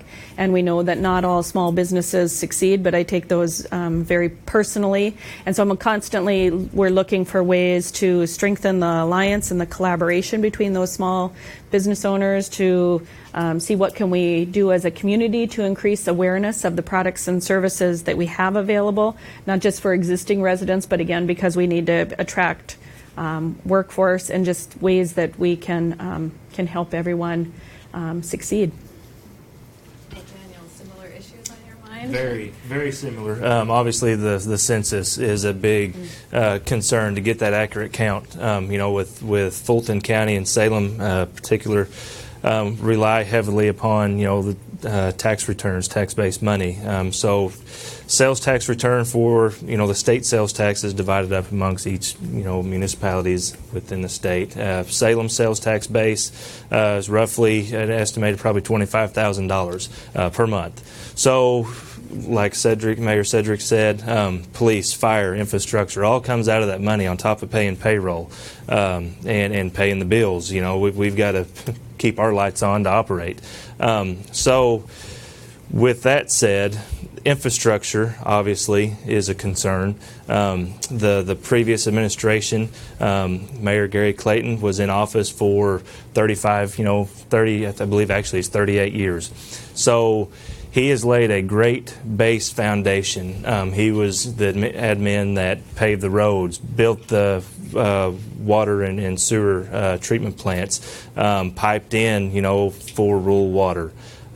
So lack of money to keep upgrading our water supply, obviously, and then to expand. I'd like to reach out to, there are certain neighborhoods within Salem that doesn't have, the city sanitation as far as the sewer system goes, just due to the fact of the geographical issues there, hills and that type of stuff. And all that costs money. There was a representative in here from USDA. We rely heavily upon USDA grants. Arkansas Rural Services is a good outsource for, partnership for added money. I want to be able to build upon the foundation that the previous mayor has left and progress Salem. We don't need to sit stagnant and just kind of sitting there. We need to get traction, progress. Everybody, I believe in our phone conference, Cedric, you said it best. If everybody takes care of what we can, great things will follow. So I want to create that curb appeal. Salem has, or Fulton County has, 0 interstate that travels through. It's typically a U.S. highway. But with that said, it's connected to the Delta, and then it goes up into northwest Arkansas. So there's commerce, there's traffic flowing through there. But you want that curb appeal to have that motorist or that tourist to stop in at your stores and get a tank of gas. That creates tax revenues. Buy a cheeseburger from Mom and Pop Cafe at the corner. So what keeps me up at night? A lot of stuff. mainly, I want to progress Salem and leave it better than what I had found it at. Thank you so much. And Roberto, how about you? Oh, I sleep through the night. No, it's same issues. The census is a big issue, but we're very grateful with the USDA, the Department of Transportation, the Department of Commerce, because it's through them we have received a lot of funding, and we are able to increase our infrastructure, our housing development, or retails or commercial, a lot of the industrial. The Department of Energy, through these grants we have been able to, or the transportation for those windmills has been able to set presence in Garden City and produce more jobs and produce more infrastructure. We actually have right now going a bypass. It's being refurbished and resurfaced. So there's a lot of construction. It's a nuisance. But again, we're very grateful that things are moving forward and we have received the funds for doing those improvements. Just like both mayors have mentioned, it's important to satisfy everybody's needs, and that's one of the biggest challenges where you have limited resources, where you don't have the tax base that you would have typically in a metropolitan area. So it's a juggle on all these things, and it's important to take care of everything, even snow removal. Absolutely, absolutely. And to wrap up, what makes you most hopeful for your community for the future? Well, I'm very thankful for Dante and you and Jordan for doing this kind of research, because to us it really means a lot. Trying to understand that the community, we are very similar to everybody else. Yet we're all fighting for the same resources that are available through, again, we have all limited resources. But at the same time, I'm very grateful that, there's people who have interest, and I appreciate every one of you to show your interest in this. So it shows that we are, as a country, we are all wanting to progress together and being unified. I guess a lot of people here in Washington, D.C., hopefully they'll take a look at what's going on and say, well, these are also people who also have needs. It's a very different and a very difficult situation, because how do you distribute those things? Again, thanks to the Department of Commerce, USDA, CADA, all the organizations and agencies, because they see what's their needs, and maybe we'll distribute that. And Daniel, what gives you the most hope for your community's future? There was a gentleman that was asked, he asked a question of students graduating and leaving. Since I've been mayor, I have seen a trend of them getting their degrees, professional degrees, doctors, attorneys, and that type of such of career path, that they're slowly trickling back home. They've tried the big city living, and they really didn't like it. They like coming back home. Now, with that said, they open up a law firm office, on the corner. They're going to have to wear many hats. They may be the county attorney and also a city, or a school attorney of some sort, So it's not necessarily going to be able just to, have all your eggs in one basket, so to speak. What makes me hopeful for Salem is the growth.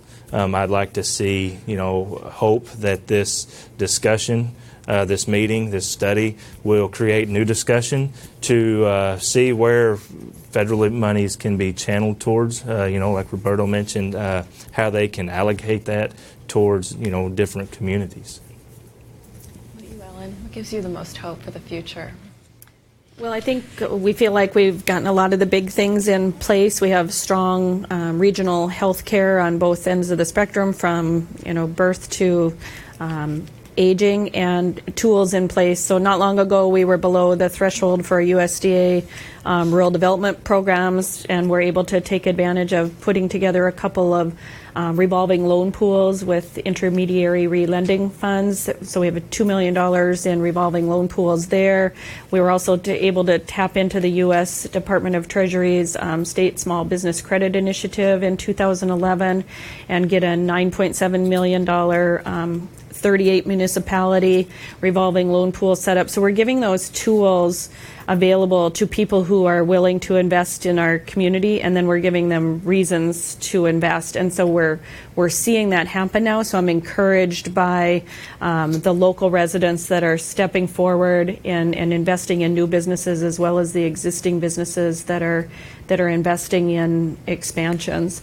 So I mean, certainly there are boogeymen out there that could derail all of these things going, but right now I'm really most hopeful by the momentum that we have and riding that through. I'm hopeful because I'm seeing people that haven't necessarily been active in the community come forward and say, what can I do to help, in whatever capacity it is. I'm seeing increased reinvestment in the community, see some local people buy some buildings, start businesses in there, for the sole intention of helping the community, not necessarily getting rich off their business, but knowing it's a need in the community. I've seen a swing in active elected officials focusing on rural Kansas, rural America. I see it from the federal level and in the state level. I think folks are realizing that a lot really goes on there, a lot more than they think. And, I can't believe the number of people in this room that want to know about rural America. That's really surprising and encouraging. So that gives me hope, too. That's great. Cedric, what are you most hopeful about? Yeah, absolutely. This here really gives me, it's exciting. It really is. And listening to the different opportunities and different obstacles that we have from this group here, it gives me hope that we're not in this boat, just by ourselves. We're in this together, and people are recognizing some of the different obstacles and challenges that we have. In my particular community, I'm very hopeful about the unification efforts, the partnerships that have really started, that's focusing on our educational system. That is really going to really work out in a great way for us in the future. Also, I'm very hopeful of our location where we are. We have the ability where we are to have the small town feel, but also we have from our location on the interstate to go after the big fish, the big manufacturing jobs. So we have the ability to do both of that, to make sure that we put the plans in place from a strategic standpoint, that we're doing things the right way and that we have sustainable progress in the future of that. So those are things that really it gives me a lot of hope about what's happening, the great things that are happening in St. Francis County, in Forest City, Arkansas, and the things that we're putting together to tell people, to get our message out about the different things that we're going there. I'm very hopeful that we're located as an opportunity zone. So we're seeing some of those investments back into our area from the larger areas. And as we continue to take advantage of that, there's no telling how far we can go with our community. Thank you all so much for your stories and your insights. I want to open it up to the audience for questions.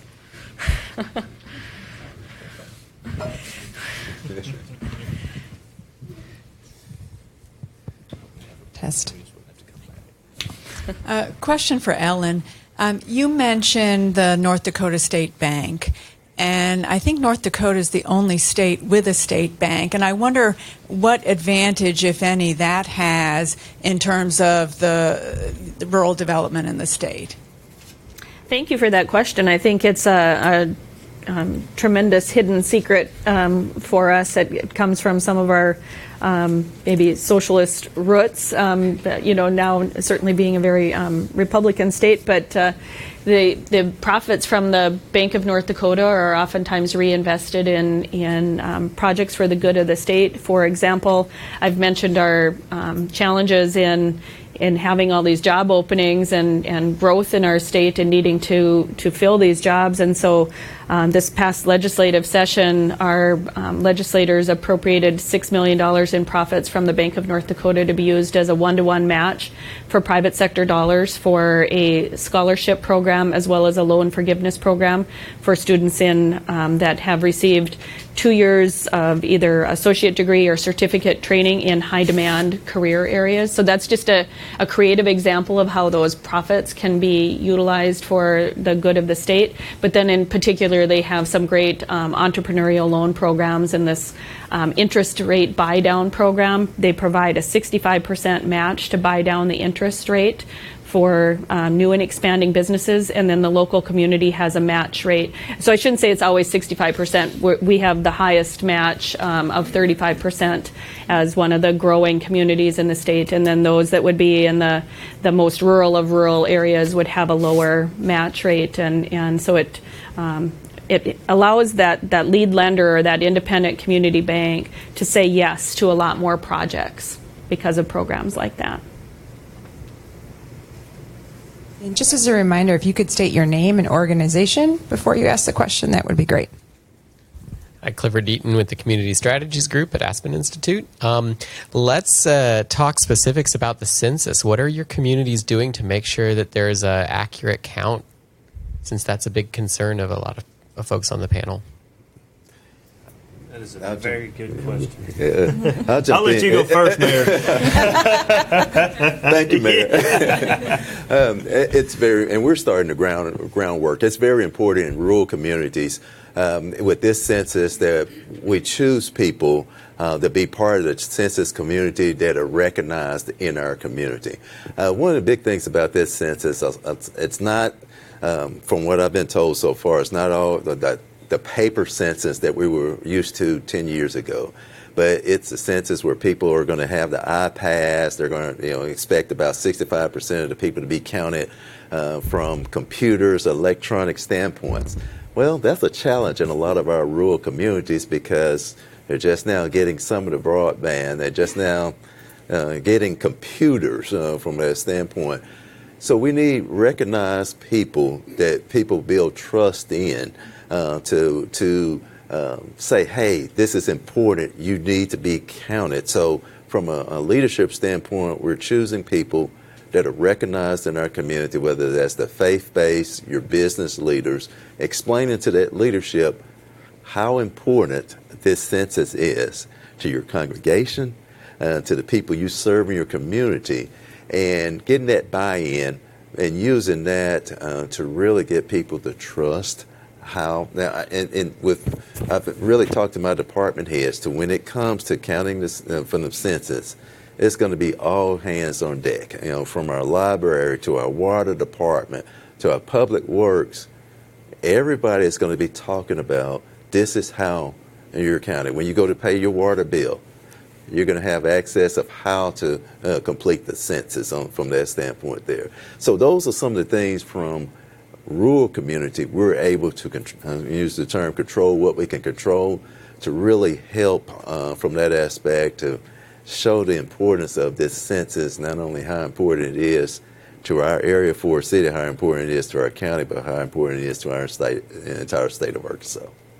Some of the data tied with the census is this low to moderate income.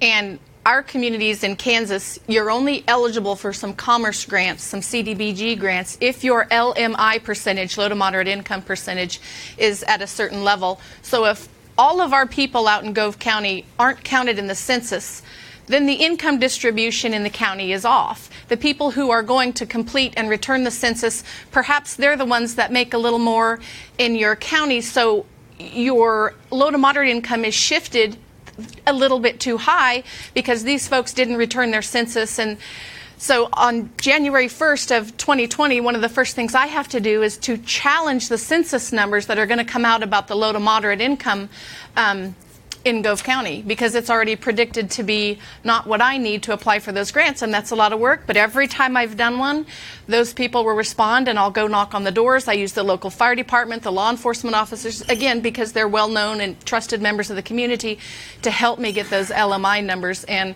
I haven't had an unsuccessful challenge to the census on the LMI numbers, and I think that's because people don't fill them out, or they're not home or so hopefully the web-based census data capture will be more effective.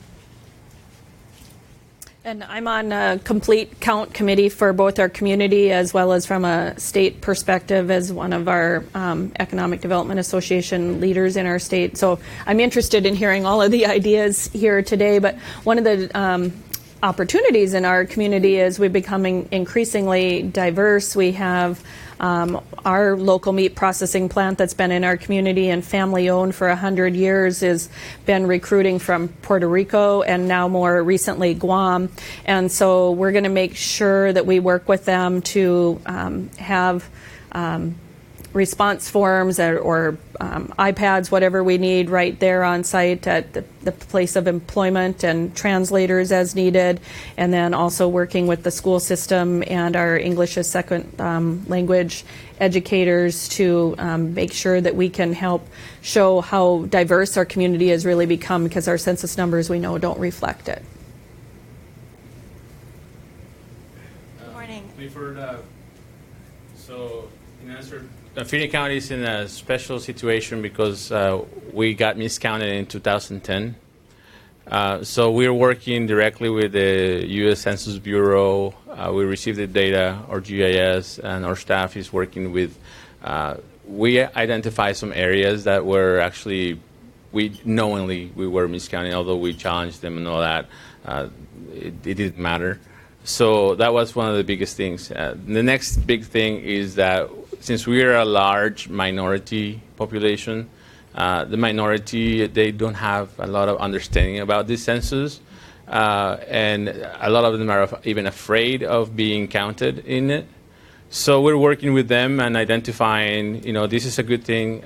Like it was mentioned by Erica, all numbers do matter when it comes to doing all these. So there's a lot of misunderstanding in both of these areas, both on the way that the Census Bureau did their distribution. We have fixed those, and also with the population that we have, that they need to understand that it's a good thing. Good morning. My name is Laura McDaniel, and I'm from the National League of Cities. And first, I want to say thank you to the panel for traveling in today. My question for you is about small businesses. You all touched on it a little bit in Ellen's remarks, addressed this the most directly, but I was wondering if you could talk about some of the things that you're doing to support your small businesses and entrepreneurs and to develop them, and then what sorts of supports you would need to do that better. Because you hear in some communities, like anecdotally, or you read about it, where stores like Dollar General will come in and they will really threaten like mom and pop shops and things like that. So what is it that you all are doing, and what kind of help would you need to do it better? The biggest thing that we did is quit looking at what we could attract from the outside and focus on what was already within our community, and then fostering that entrepreneurship. And so SBA programs are very helpful. For example, the SBA match that makes our small business development centers available. I think we have about 8 across the state, and we're constantly in there encouraging our state legislators and then our North Dakota Department of Commerce to provide that dollar-for-dollar match needed to harness all of those federal dollars, and in combination with local investment. We've got Million Cups program going now with the Kauffman Foundation in Bismarck, which we take advantage of in our area. And then one of our other committees that we have that came out of our strategic plan is called our Economic Opportunity and Prosperity Committee. And they've been very helpful. A lot of lenders, accountants, real estate agents in identifying where they think there are information gaps in our community and where we have outreach and training opportunities. So we've had a Google Get Your Business Online workshop, or social media marketing for small businesses, where it's just small businesses sharing their best practices with one another, but we put together the sponsorship and the forum to bring 100 small business owners together at a time to share ideas. We do an annual downtown tour of buildings and spaces that are available for sale and rent, and talk about what could be, and then showcase a lot of the recent progress and projects that are in the pipeline that people might not be aware of. So I think it's just constant communication and outreach, but we need to do even more on the alliance of businesses working together. Is Daniel's to you answer your question, Garden City, what we're doing, we have the Department of Commerce, and we also have a group called Downtown Vision, who works with the small retailers and the mom-and-pop shops and all that. And we have also identified that these large retail big boxes, they, although, you know, a lot of that goes there, but these small shops are still progressing. We have an example with that Carniceria in Garden City that it's always full. So we don't have that big of a problem. So I think that there may be some misconception of, oh my God, you know, there's this big retail store coming in and it's going to take away our businesses. Well, competition is good. We got to understand that. So it's a good thing. On the other thing, also, we have implemented different zoning regulations. Like, for example, in Garden City, we did away with the parking requirements to allow for some of these shops to go in. We also allow mobile vendors in some areas where they are the starters for restaurants and they, you know, they're trying to get their feet up. We work with itinerant licenses and reduce their costs for that, so that these new restaurants or you know, wanting to become a restaurant, they can settle in and we can help them find a spot once they are back on their feet or they're up and going.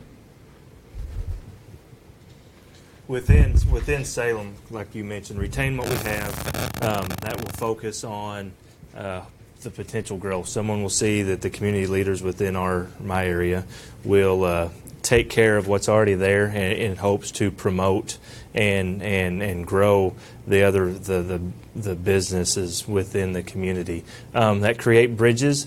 That's another key element that will hopefully potentially shed some light on the gaps if there is, you know, misdirection or miscommunication between business owners to community leaders.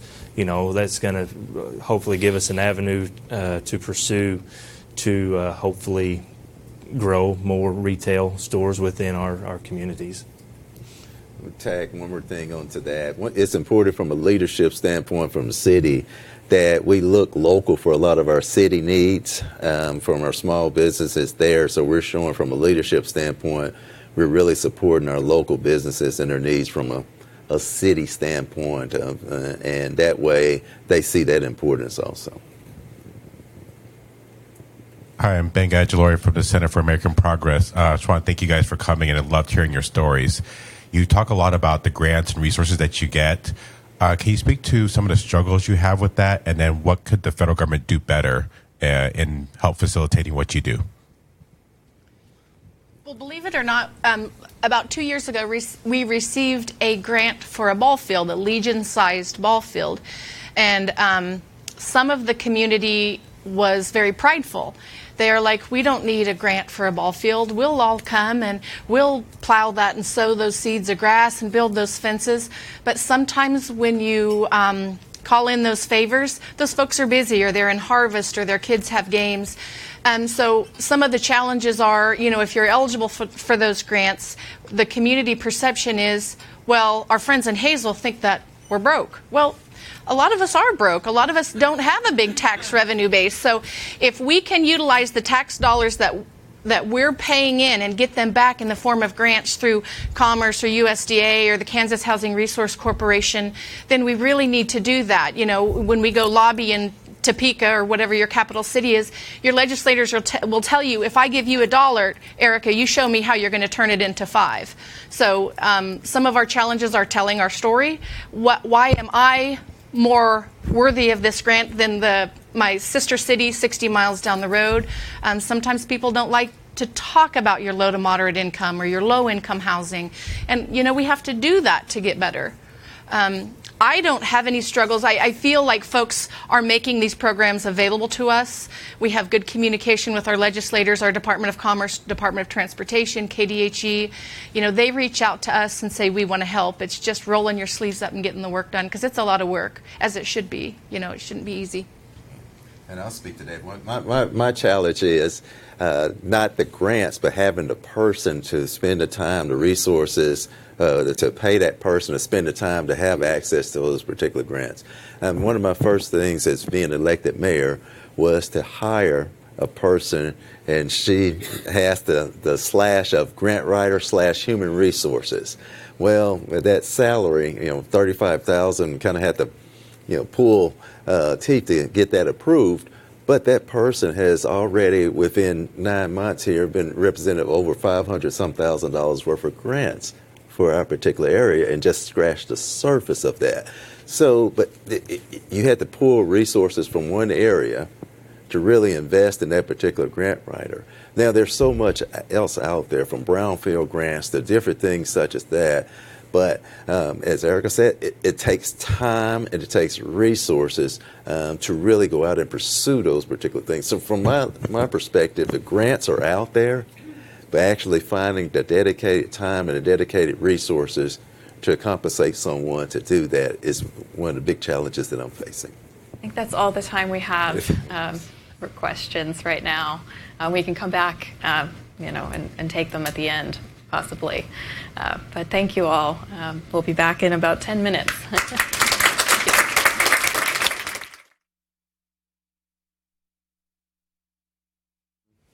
So I hope you enjoyed that discussion. Those people are all they're here right here. You guys, that's a fascinating discussion, and I think it's good to bring that conversation to Washington, D.C. We don't have it enough here. But now that you've heard what we saw in the numbers and in the findings, and you've heard from actually what people think in rural America, so we're not making everything up. We have up here with us Dee Davis from the Center for Rural Strategies, and Matt Chase from the National Association of Counties. And so we just want to have a little conversation. Dee knows rural America, Matt knows counties. Just to start off, turn to Dee, just overall impressions, what you think of the report, what you think of what you've seen and heard here today. Well, today's been great. And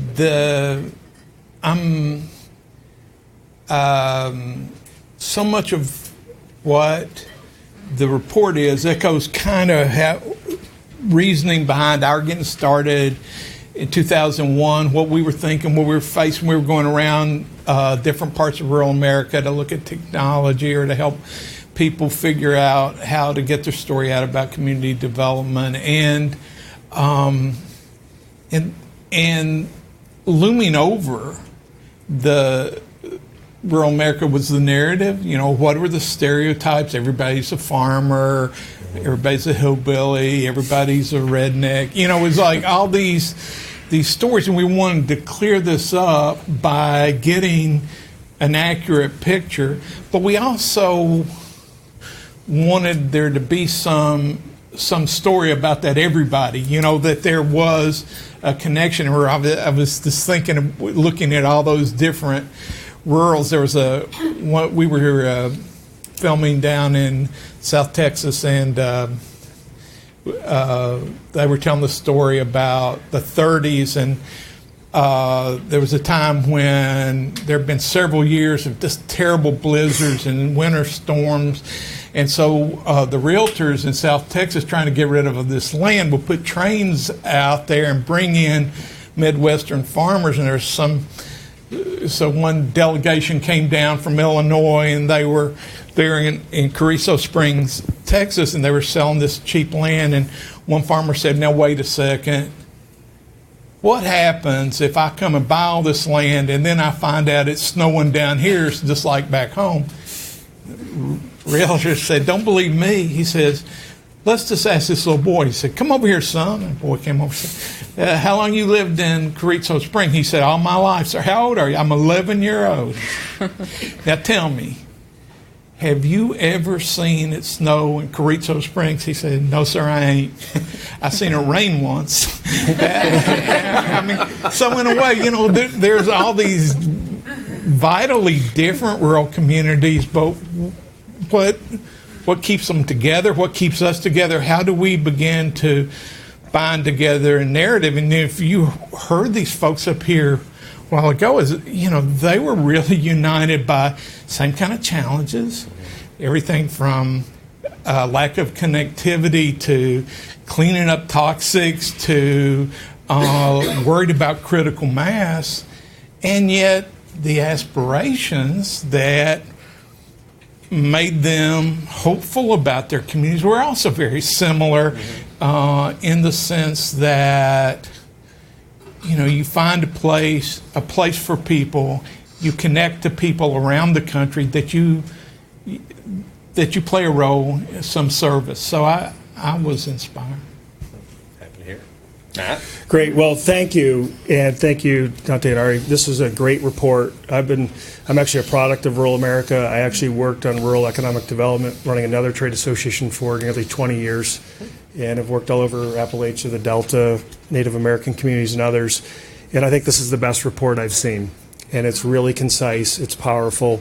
And thank you to the American Community Project and to Robert Wood Johnson, who, in my opinion, is one of the very few national foundations that really understands rural America. When I transitioned from my previous job to NACO, I was struck that Robert Wood Johnson didn't want us to just focus on our urban communities, that they really empowered us to work on the rural areas. And so I really thank them for that, because one of the biggest challenges is if you look at our major national foundations, they invest less than 1% of their resources in rural America. And that is a huge public policy challenge. For our counties, just to think about it, we have 3,069 counties. 50% of the American population now lives in 140 counties, meaning the other 50% live in 2,900. And then when you dig into those non-mega metropolitan counties, you find that we have 380 counties that are below 5,000 population. Those are really different than, say, a more micropolitan rural community. So there's different types, and I think your report really does that well. Since we're in D.C., I just wanted to lay some groundwork for federal policy and how it relates to this report. You know, one, I've been working on rural policy since the '96 Farm Bill, and what I've found is when one party dominates either urban or rural, it's a problem. We used to have a lot more partnerships in rural policy when we had rural Democrats. When rural Democrats went away, particularly in the House, we really started to lose ground. In this town, rural policy equals ag policy, and that has been a challenge forever. We have been trying for over 20 years to get the rural development title to be a signature title in the Farm Bill. It is absolutely an afterthought. Very few of the elected officials even touch that title. It's primarily staff-driven. And it also reflects one of the disadvantages that rural communities have in federal policy. Urban areas tend to get grants. They tend to get cash. Rural areas get transfer payments that go to individuals, and they get loans and loan guarantees.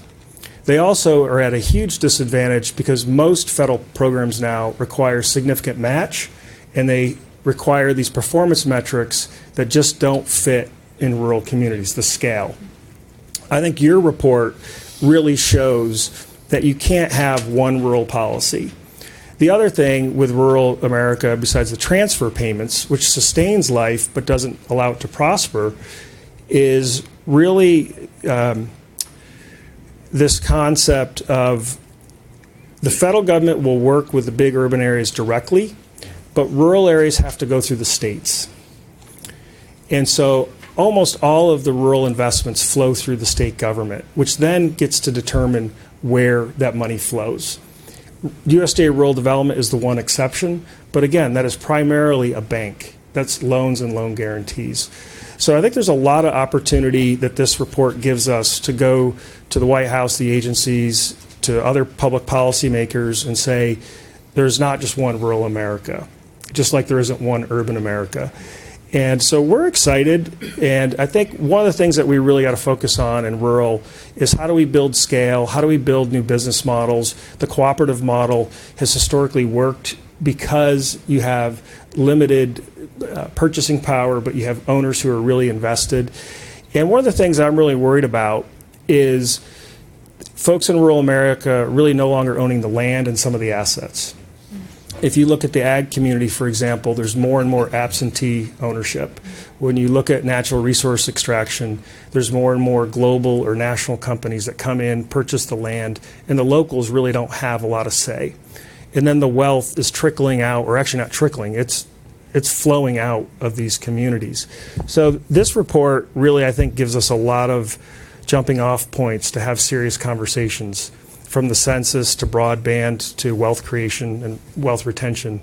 So just great job. Thank you. Gary, you want to? Oh, yeah, sure. Dee, what worries you going forward? I tend to be optimistic. I think that, look, there's a lot of rural kids living in poverty. When we would go around early on and ask folks in rural communities what they said, they would always say, well, I'm not worried about myself. I'm worried about the kids. What's going to happen with our kids? Are they going to have a place? Will they be able to stay here? Where will they have to go? I think that that's a kind of concern that connects us all. What is going to happen for those kids? Are they going to have opportunity? And I think in some ways that gives us a chance to focus a little bit on where we go and how we imagine what's next. I'm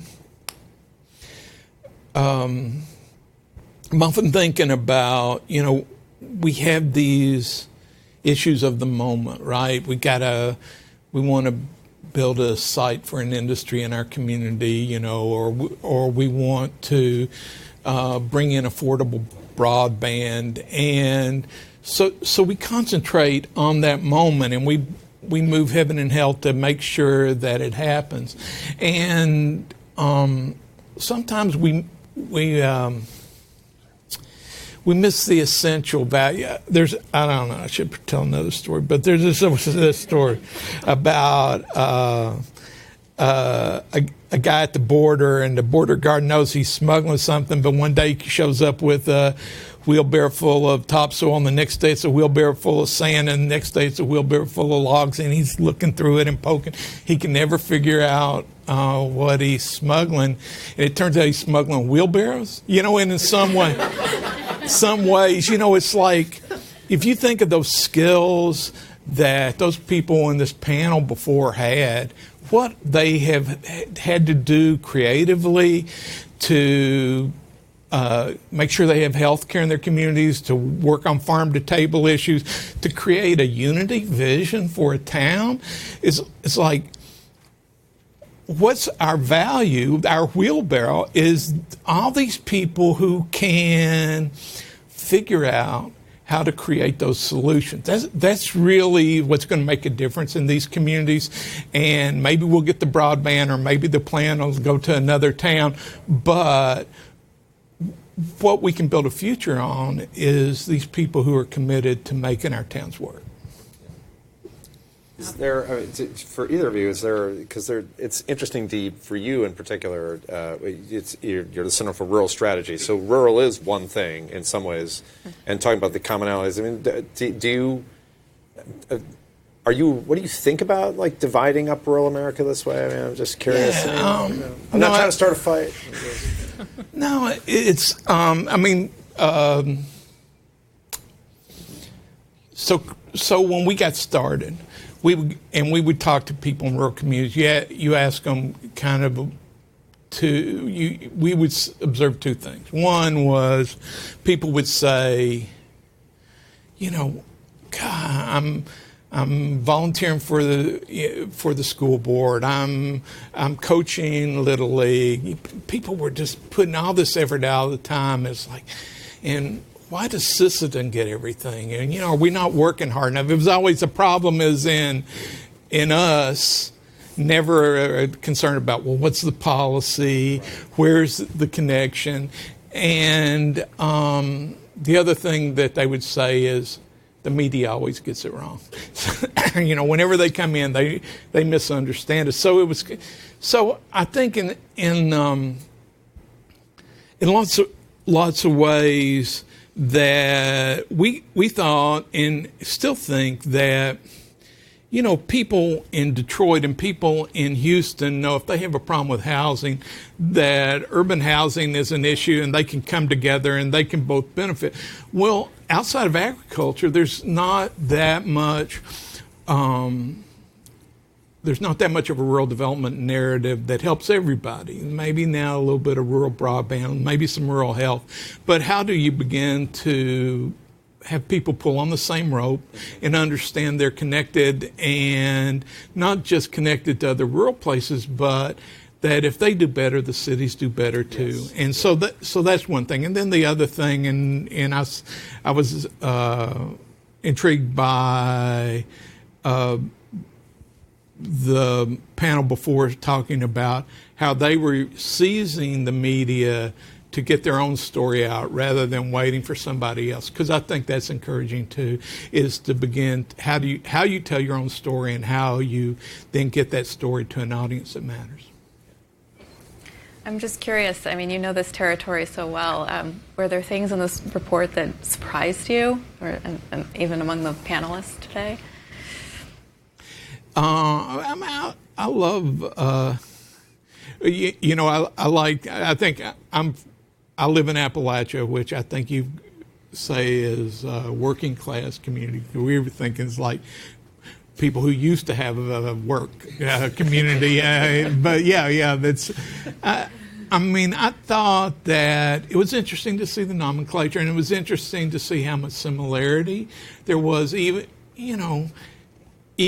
the LDS community wasn't living in that high cotton, right? They were, and health coverage, diversity. I was inspired. This is the first report that I've seen in a long time that really points out to how diverse rural is, and in different ways. And so I was interested to see it in that way. So,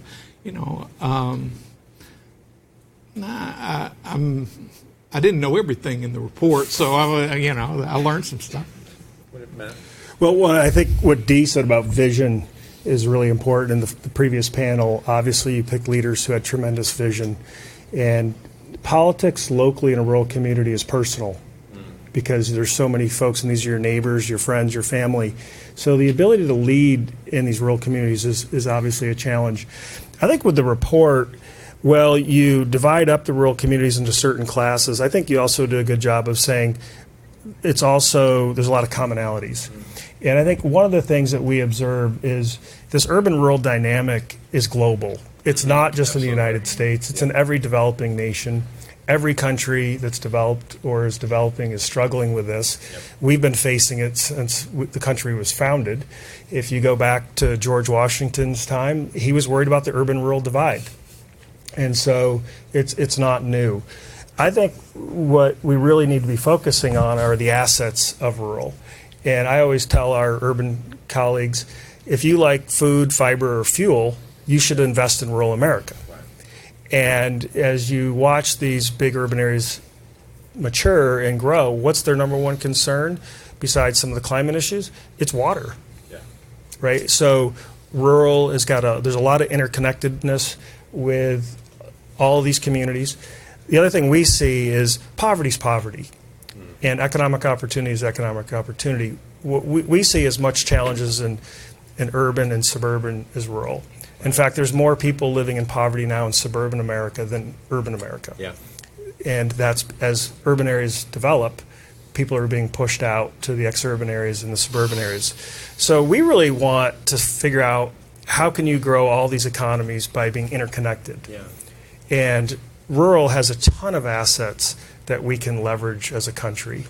I mean, you deal with constituents all the time, though, constituent members in this. Is it a tough sell? I mean, do they segregate themselves into, like, we're an urban county, they're a rural county? What's it like? Yeah, we do. I mean, we have our large urban county caucus, we have our rural caucus.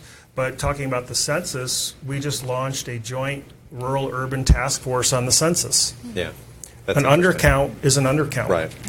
And when you look at this census, folks brought up that this is going to be the first online kind of digital census. The other concern we've had, and we've raised it with the White House and others, is they also don't deliver the notices to P.O. boxes.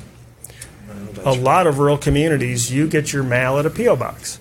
So you won't get the form that tells you to go online to fill out the census. You are going to be relying on a door knocker. Yeah. Well, some of these communities and houses are pretty hard to find, and you might take a risk actually going up and knocking on the door and saying, I'm from the federal government and here's a form. So those are the realities that we face. So rather than just do a rural outreach or an urban, we actually are bringing urban and rural together and saying this should not be a partisan exercise. I've been around the census for a long time. This is the most partisan census probably since the Clinton era over the sampling fight, which in that case was the urban areas trying to sample for over-representation, and now you've got the flip side. So it's highly political, and the stakes are high. Our view is this was in the U.S. Constitution. We should all be working on this together, not just counting rural versus suburban versus urban. Our folks, I think, are pretty optimistic. They have a ton of challenges. Counties, people forget, are really a social safety net provider. Yeah. The vast majority of our services are mandated under federal and state law. A typical county may have 1 to 5% of their budget as discretionary funds. We are one of the largest healthcare providers in this country. Counties own 1,000 hospitals, 600 nursing homes. Our county jails have become the largest behavioral health facilities in the country. We are primarily dealing with behavioral health issues, whether mental health or substance abuse are co-occurring. Because communities don't have health care or you don't have health insurance or provider, you end up getting arrested and going to the jail for your health care. Right. So we're dealing a lot with those folks who are lacking opportunity. Going back to Dee's point, one of our proudest initiatives is actually 0 to 3 early childhood education. That J.B. Pritzker, the governor of Illinois, before he became governor, has invested a lot of money in research on brain development. And we can now prove through science that if you have trauma in 0 to 3, you can pretty much play out your life. It's called ACEs, Adverse Childhood Experiences. And so we've been working a lot on this because there's no infrastructure for 0 to 3. Nobody wants to take care of kids in diapers. It's expensive. There's a lot of regulation. So pre-Head Start and Head Start start after 3 years old. Well, if you have trauma 0 to 3, your likelihood of being in the juvenile justice system or later in adult criminal justice system skyrockets. And so we spend so much energy and money on the back end dealing with lack of opportunity that we're saying, let's do more on early childhood. Let's do more on visioning. Let's use our assets, our libraries, our parks and rec. And just we're spending so much money on the back end with the consequences.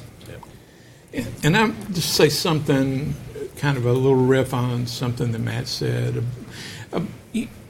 The strategies that wealth creators are often using now is about creating density. That's the assumption, right? It's not just in this country. It's worldwide, right? We got to move people out of rural areas, and so we've been into cities, and it's like, I don't know how that's working for Pakistan and Kenya, but where these somewhat sustainable rural communities persisted for thousands of years. Now we're moving people into cities to get them jobs, and on paper, right, it seems to work, but these density strategies are not about creating wealth. There's 8 or 9 cities in the country where all the patents are going. The rest of it is it's like service industry, right? We're walking each other's dogs and doing each other's nails, and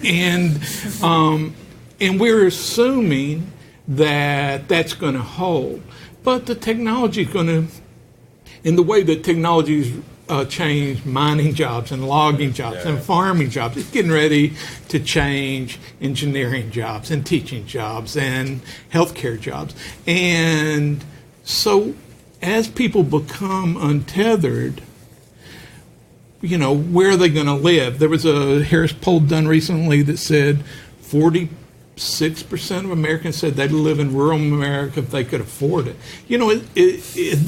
There is a reason to keep these communities together, to develop these skills, to make connections with urban life that's sustaining and forward-looking. And I think that oftentimes we sell ourselves short, and we think we've got to get on this boat right now, and we've got to be just like these bigger places, but we need a Starbucks. Yeah, we kind of lose.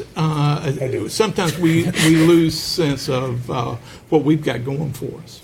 You know, one of the things in your report that I really was pleased you put in there was the community college piece. And I think going to what Dee's saying, we actually have a new partnership with Walmart that's pretty interesting, and they did a very similar study to yours, a little different angle around the future of work. And I think it's really important that rural communities invest in the community colleges, technical schools, apprenticeships. And why Walmart is getting into it is they're changing as a company, right? They're the largest employer in the United States, one of the largest providers of cheap goods in rural America, whether it's groceries or other things. And basically what they're saying is they're now a technology company, that they aren't viewing themselves as a bricks and mortar retail shop. They are going to be a technology company. And so from a county perspective, we have these 30-year bonds on water and sewer and interchange for transportation upgrades and maybe TIF districts for tax exemptions or tax breaks. We've made these 30-year investments in a business that's changing in weeks and months. And so also look at who Walmart employs, often lower wage, some disability, folks with benefits hopefully, but as Walmart transitions to a technology company, they're going to have a totally different workforce. They're going to have coders, they're going to have logistics experts, they're going to be just-in-time delivery. And so things like railroads and really intermodal facilities, those skill sets will become key. And those require welders and electricians and computer experts. Very different skill set. And that's just one example. We're seeing ag is very sophisticated. Natural resource extraction, incredibly sophisticated. So I love the fact that you really hone in on the community colleges, because a lot of these jobs aren't 4-year. In fact, the companies tell us we want folks with enough life skills, enough education, but we want to train them in our corporate way. And so a PhD, no offense, you know how to do your way, and they want folks that are flexible, soft people skills, and can adapt to new businesses. Do you see other companies with that forward-looking vision? Oh, I absolutely think so. There's a whole, they have to, right? Yeah. So they're in global markets, they're being disrupted, and so they adapt or survive. And going back to Dee's comment on vision, as an association, what we drive into our members is there's no such thing as status quo. Nature abhors a vacuum, and you have to adapt. If you're, look at Detroit, Buffalo, New York, they were big, successful. I'm a product of Rochester, New York. Family was in Eastman Kodak. Doesn't exist, right? They were so big, they had their own hospital. Now, they really don't even exist. So you have to adapt, and I think that's the key. Going back to federal policy, the challenge is there really isn't capacity building in rural communities. You do have things like ag extension, and you have a couple other programs. I worked in economic development. The federal government provides $50,000 a year, $70,000 maybe now, to multi-county regions to do their economic development strategies. Really? $70,000 a year to do grant writing, your strategic planning, your data analysis, a half a FTE or something. And so if we want folks to think about the future, how are we going to invest in them to do that? I think is really key. And, Eastman was the largest employer in Tennessee too. Eastman Chemical, and so, but now there are more people working in nonprofit than in manufacturing. The country is changing. The one thing that rural communities that are keeping rural communities between the ditches right now is health care. It's absolutely taking care of each other. So sometimes when we think about what sustains a community, we overlook taking care of each other. It's the number one employer in almost all these communities we look at, in all 9 communities. You'll see it in the report. And then I'd love to have some quick questions all we could. Is people working educational services, health services, social services. These are the number one employer in all 9 communities we looked at. It's tied in aging farmlands. Agriculture is tied, but it's tops in every one of them. So, and those are all wealth shuffling. That's not wealth generation. That's true. That's just a circulating economy. I think one of the coolest projects, and it struggled, is in Sacramento. There's an urban-rural project called Hrsa, urban-rural. And years ago, they actually looked at all their land use patterns across the Sacramento metropolitan area, including the rural. And a lot of it was a land use exercise. But the study found the only folks in the Sacramento metro area who generate new wealth are the farmers. The almond farmers who are shipping overseas to China and Asia. They have like a 6-week window where they make most of their money. And their point was, as we look at our housing patterns, particularly as it grew out into the rural areas, their point was we can't harm the export ag lands. Right. Because otherwise we have state employees, we have lawyers, lobbyists, and others, and all we're doing is circulating wealth. Yeah. And then they looked at which land should they use for local consumption, for farm-to-table type of work.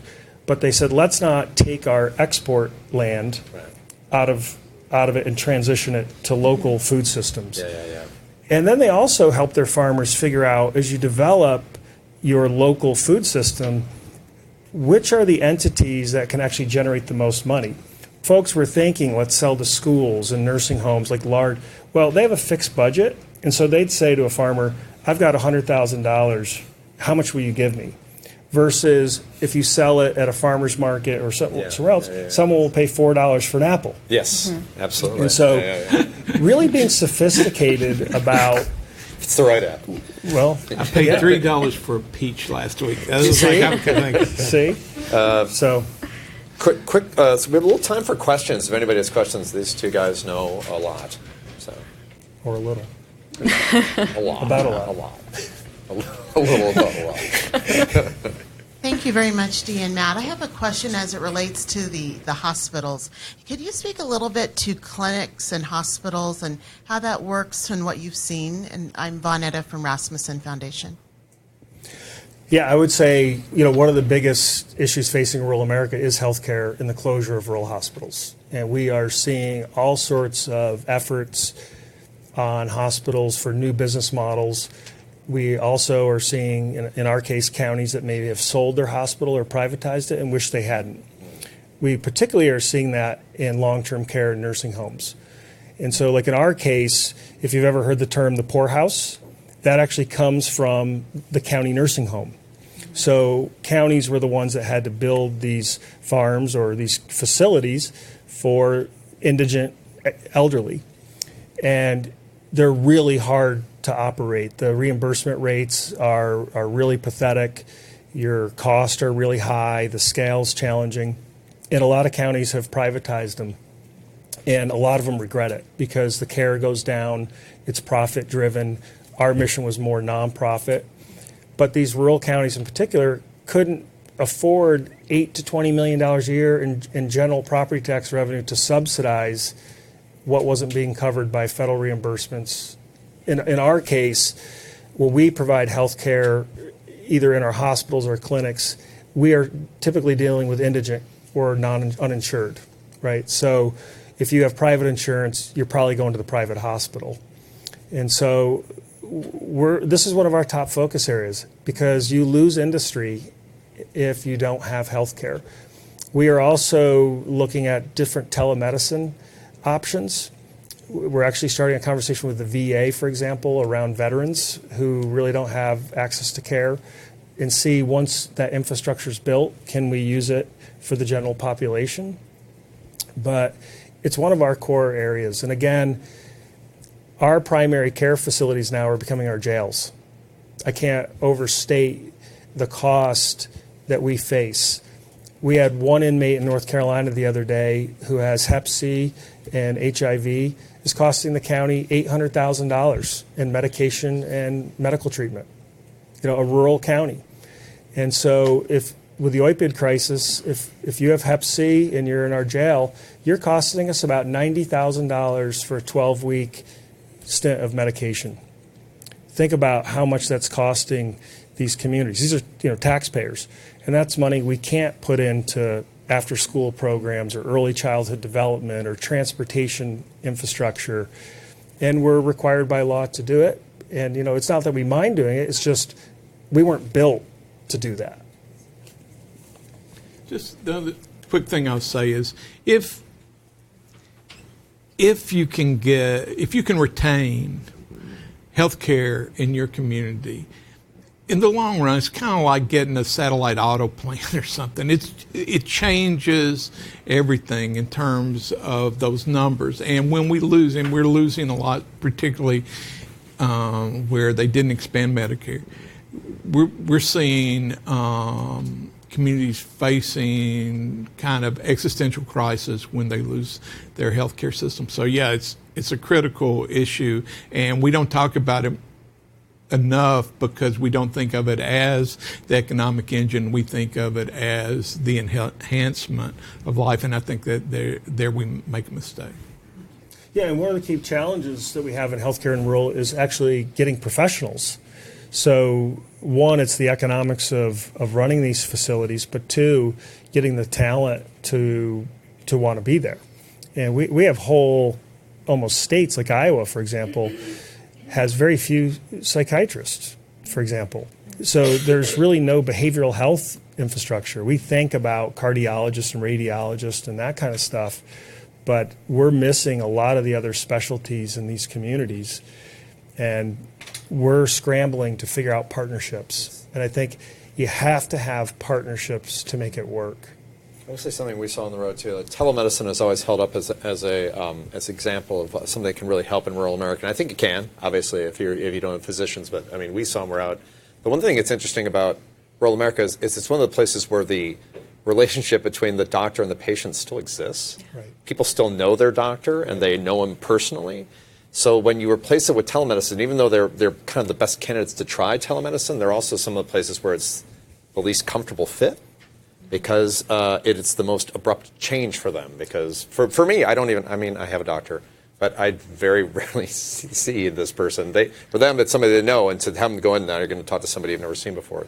And going back to Robert Wood Johnson and the county health rankings is a great example of getting these communities to look at their data. And one of the ironies of rural America is we produce all this food, but yet we've lost the processing facilities. So the food that's grown in rural doesn't get processed or stay there. Yep. And so some of the biggest food deserts are actually in ag communities. Yep. And the obesity rates, the drug use, there's so many things that are contributing to the cost of healthcare in these rural communities that we can't just focus on the providers. We also have to get people healthier throughout their life and get them mobile, get them walking and that kind of stuff. And it goes back to the schools, making sure these kids have opportunities to go out and play. Some of our communities, like in North Dakota that had the oil boom, I had county commissioners telling me they were having curfews because of kind of some of the workers were a little rough and enjoying the evenings, and they went from a very walkable community where kids took their bikes to work and played until all hours of the evening to having curfews, and that was something new for them. Right. And so there's just a lot of dynamics happening in these communities. Any more questions?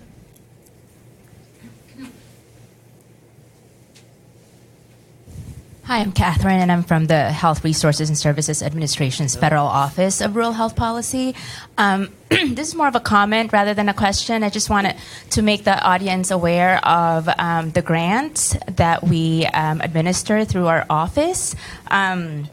We have community grants that are targeted to community-based organizations. We also have grants that are targeted to states. These grants focus on pretty much anything. It's non-categorical, so around health. So it can focus on ag mental health. It can focus on nutrition, as long as they are pretty much in a rural area per our definition, which I believe this report is based on Hrsa's rural definition. They are either a nonprofit entity or a public entity, and also if they can partner with at least 2 other organizations. Those 2 other organizations does not have to meet eligibility requirements, meaning they don't have to be rural, they could be a university, an urban area, etc. So our grants also focus on capacity building, so network infrastructure, needs assessment planning. We also have grants around telehealth. We have a whole division that administers telehealth programs. We also fund state offices of rural health. So if you are not aware, each state pretty much has a state office of rural health. Like small states, Rhode Island is like, rolled into New York. But pretty much they are the eyes and ears from a state perspective. So if you are not local from here, but I would suggest that you connect with your state office of rural health.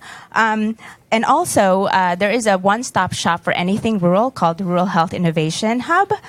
So in that, we have a bunch of resources that not only showcases evidence-based models and practices in rural communities, projects that we've funded and not funded that have been conducted in rural communities, as well as innovative models. There's also an economic impact tool where it's kind of a plug-and-chug type tool where any community can put in their information. At the end, it'll spit out for every $1 you have your economic impact is, say, $1.50. And that kind of alludes to wages earned, jobs created within the community.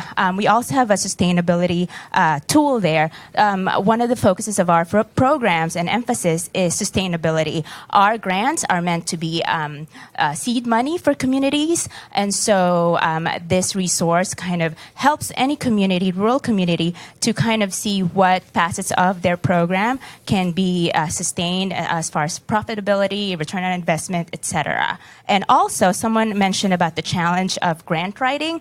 The Rural Health Innovation Hub has information specialists on call. So if you are, struggling to find, capacity for someone to do research, you just call them, and licensed information specialists, like Master Certified, will provide you more than you need as far as information goes that you can put on your application and all that stuff. So anyway, that's a handful of information, but I just want to make sure the audience is aware of all that resources.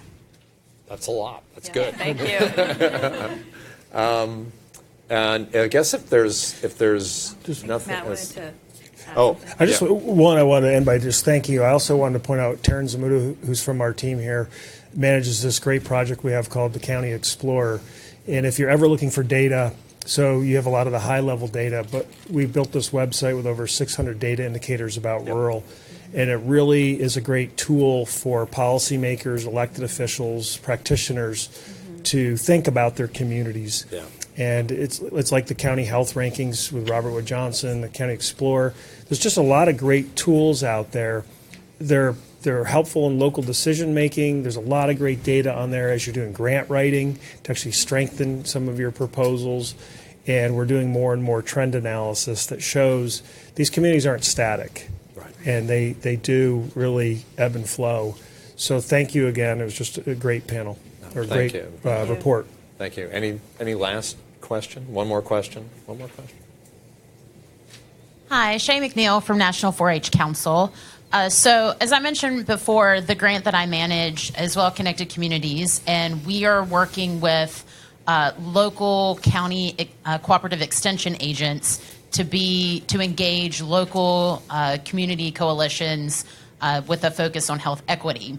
So one of the things that we are focused on is making the shift from, because extension agents tend to be focused on programs. They deliver, you go to your ag agent for pest recertification. And so helping our county agents make that shift from being more programmatic focused to policy focused. We've talked a lot about how anything from little p policy changes to big policy, on the federal level can have a huge impact. Do either of you have recommendations of how we can talk not only with our cooperative extension agents, but also help our cooperative extension agents talk about small policy changes that they can make in their community that can have a large impact. Yeah, I think one is to engage in North Carolina. National or 4-H actually has a great partnership, for example, with our State Association of County Commissioners. They actually bring in one kid per county, 100 kids, to participate in their state legislative conference every year. And the kids actually shadow the county commissioners. And they also have to go through an exercise where their county commissioner has to balance a budget, for example. They have all these citizens come to them with competing demands, and they got to figure out how to balance a budget, how to set policy, how to really deal with this. I think one, I was just down there with them, and it was exceptional to see the future leadership of these rural communities. But I think with the agents themselves, it's a struggle because their funding keeps getting cut from the federal government. They kind of chase the newest shiny object, and I think it goes back to having sound public policy that allows extension to exist as generalist, and we really need that. So we really need to continue to lobby Congress and USDA to say rural needs experts, but we also need folks who are experts in leadership development and how do you bring coalition building, those kind of things. And that's what a lot of these urban communities have. They have that glue. And rural, we just don't have that luxury. And so I think just telling Ag Extension to keep engaged and to figure out that narrative of why visioning and planning and leadership matters. Yeah, I've just co-signed that. I mean, policy follows perception. If people understand that this county, this region is worth the effort, worth the candle, worth fighting for, then you have a venue where those ideas for change are received. And if they're pessimistic, then it's going to be harder. So it's important to be able to articulate why life in these communities is worth the fight, and then solutions that work. And I think that's a great way to tie this up. I want to thank you both for being here, and thank all the people from our communities and all of you for showing up. Thank you all for coming. Thanks.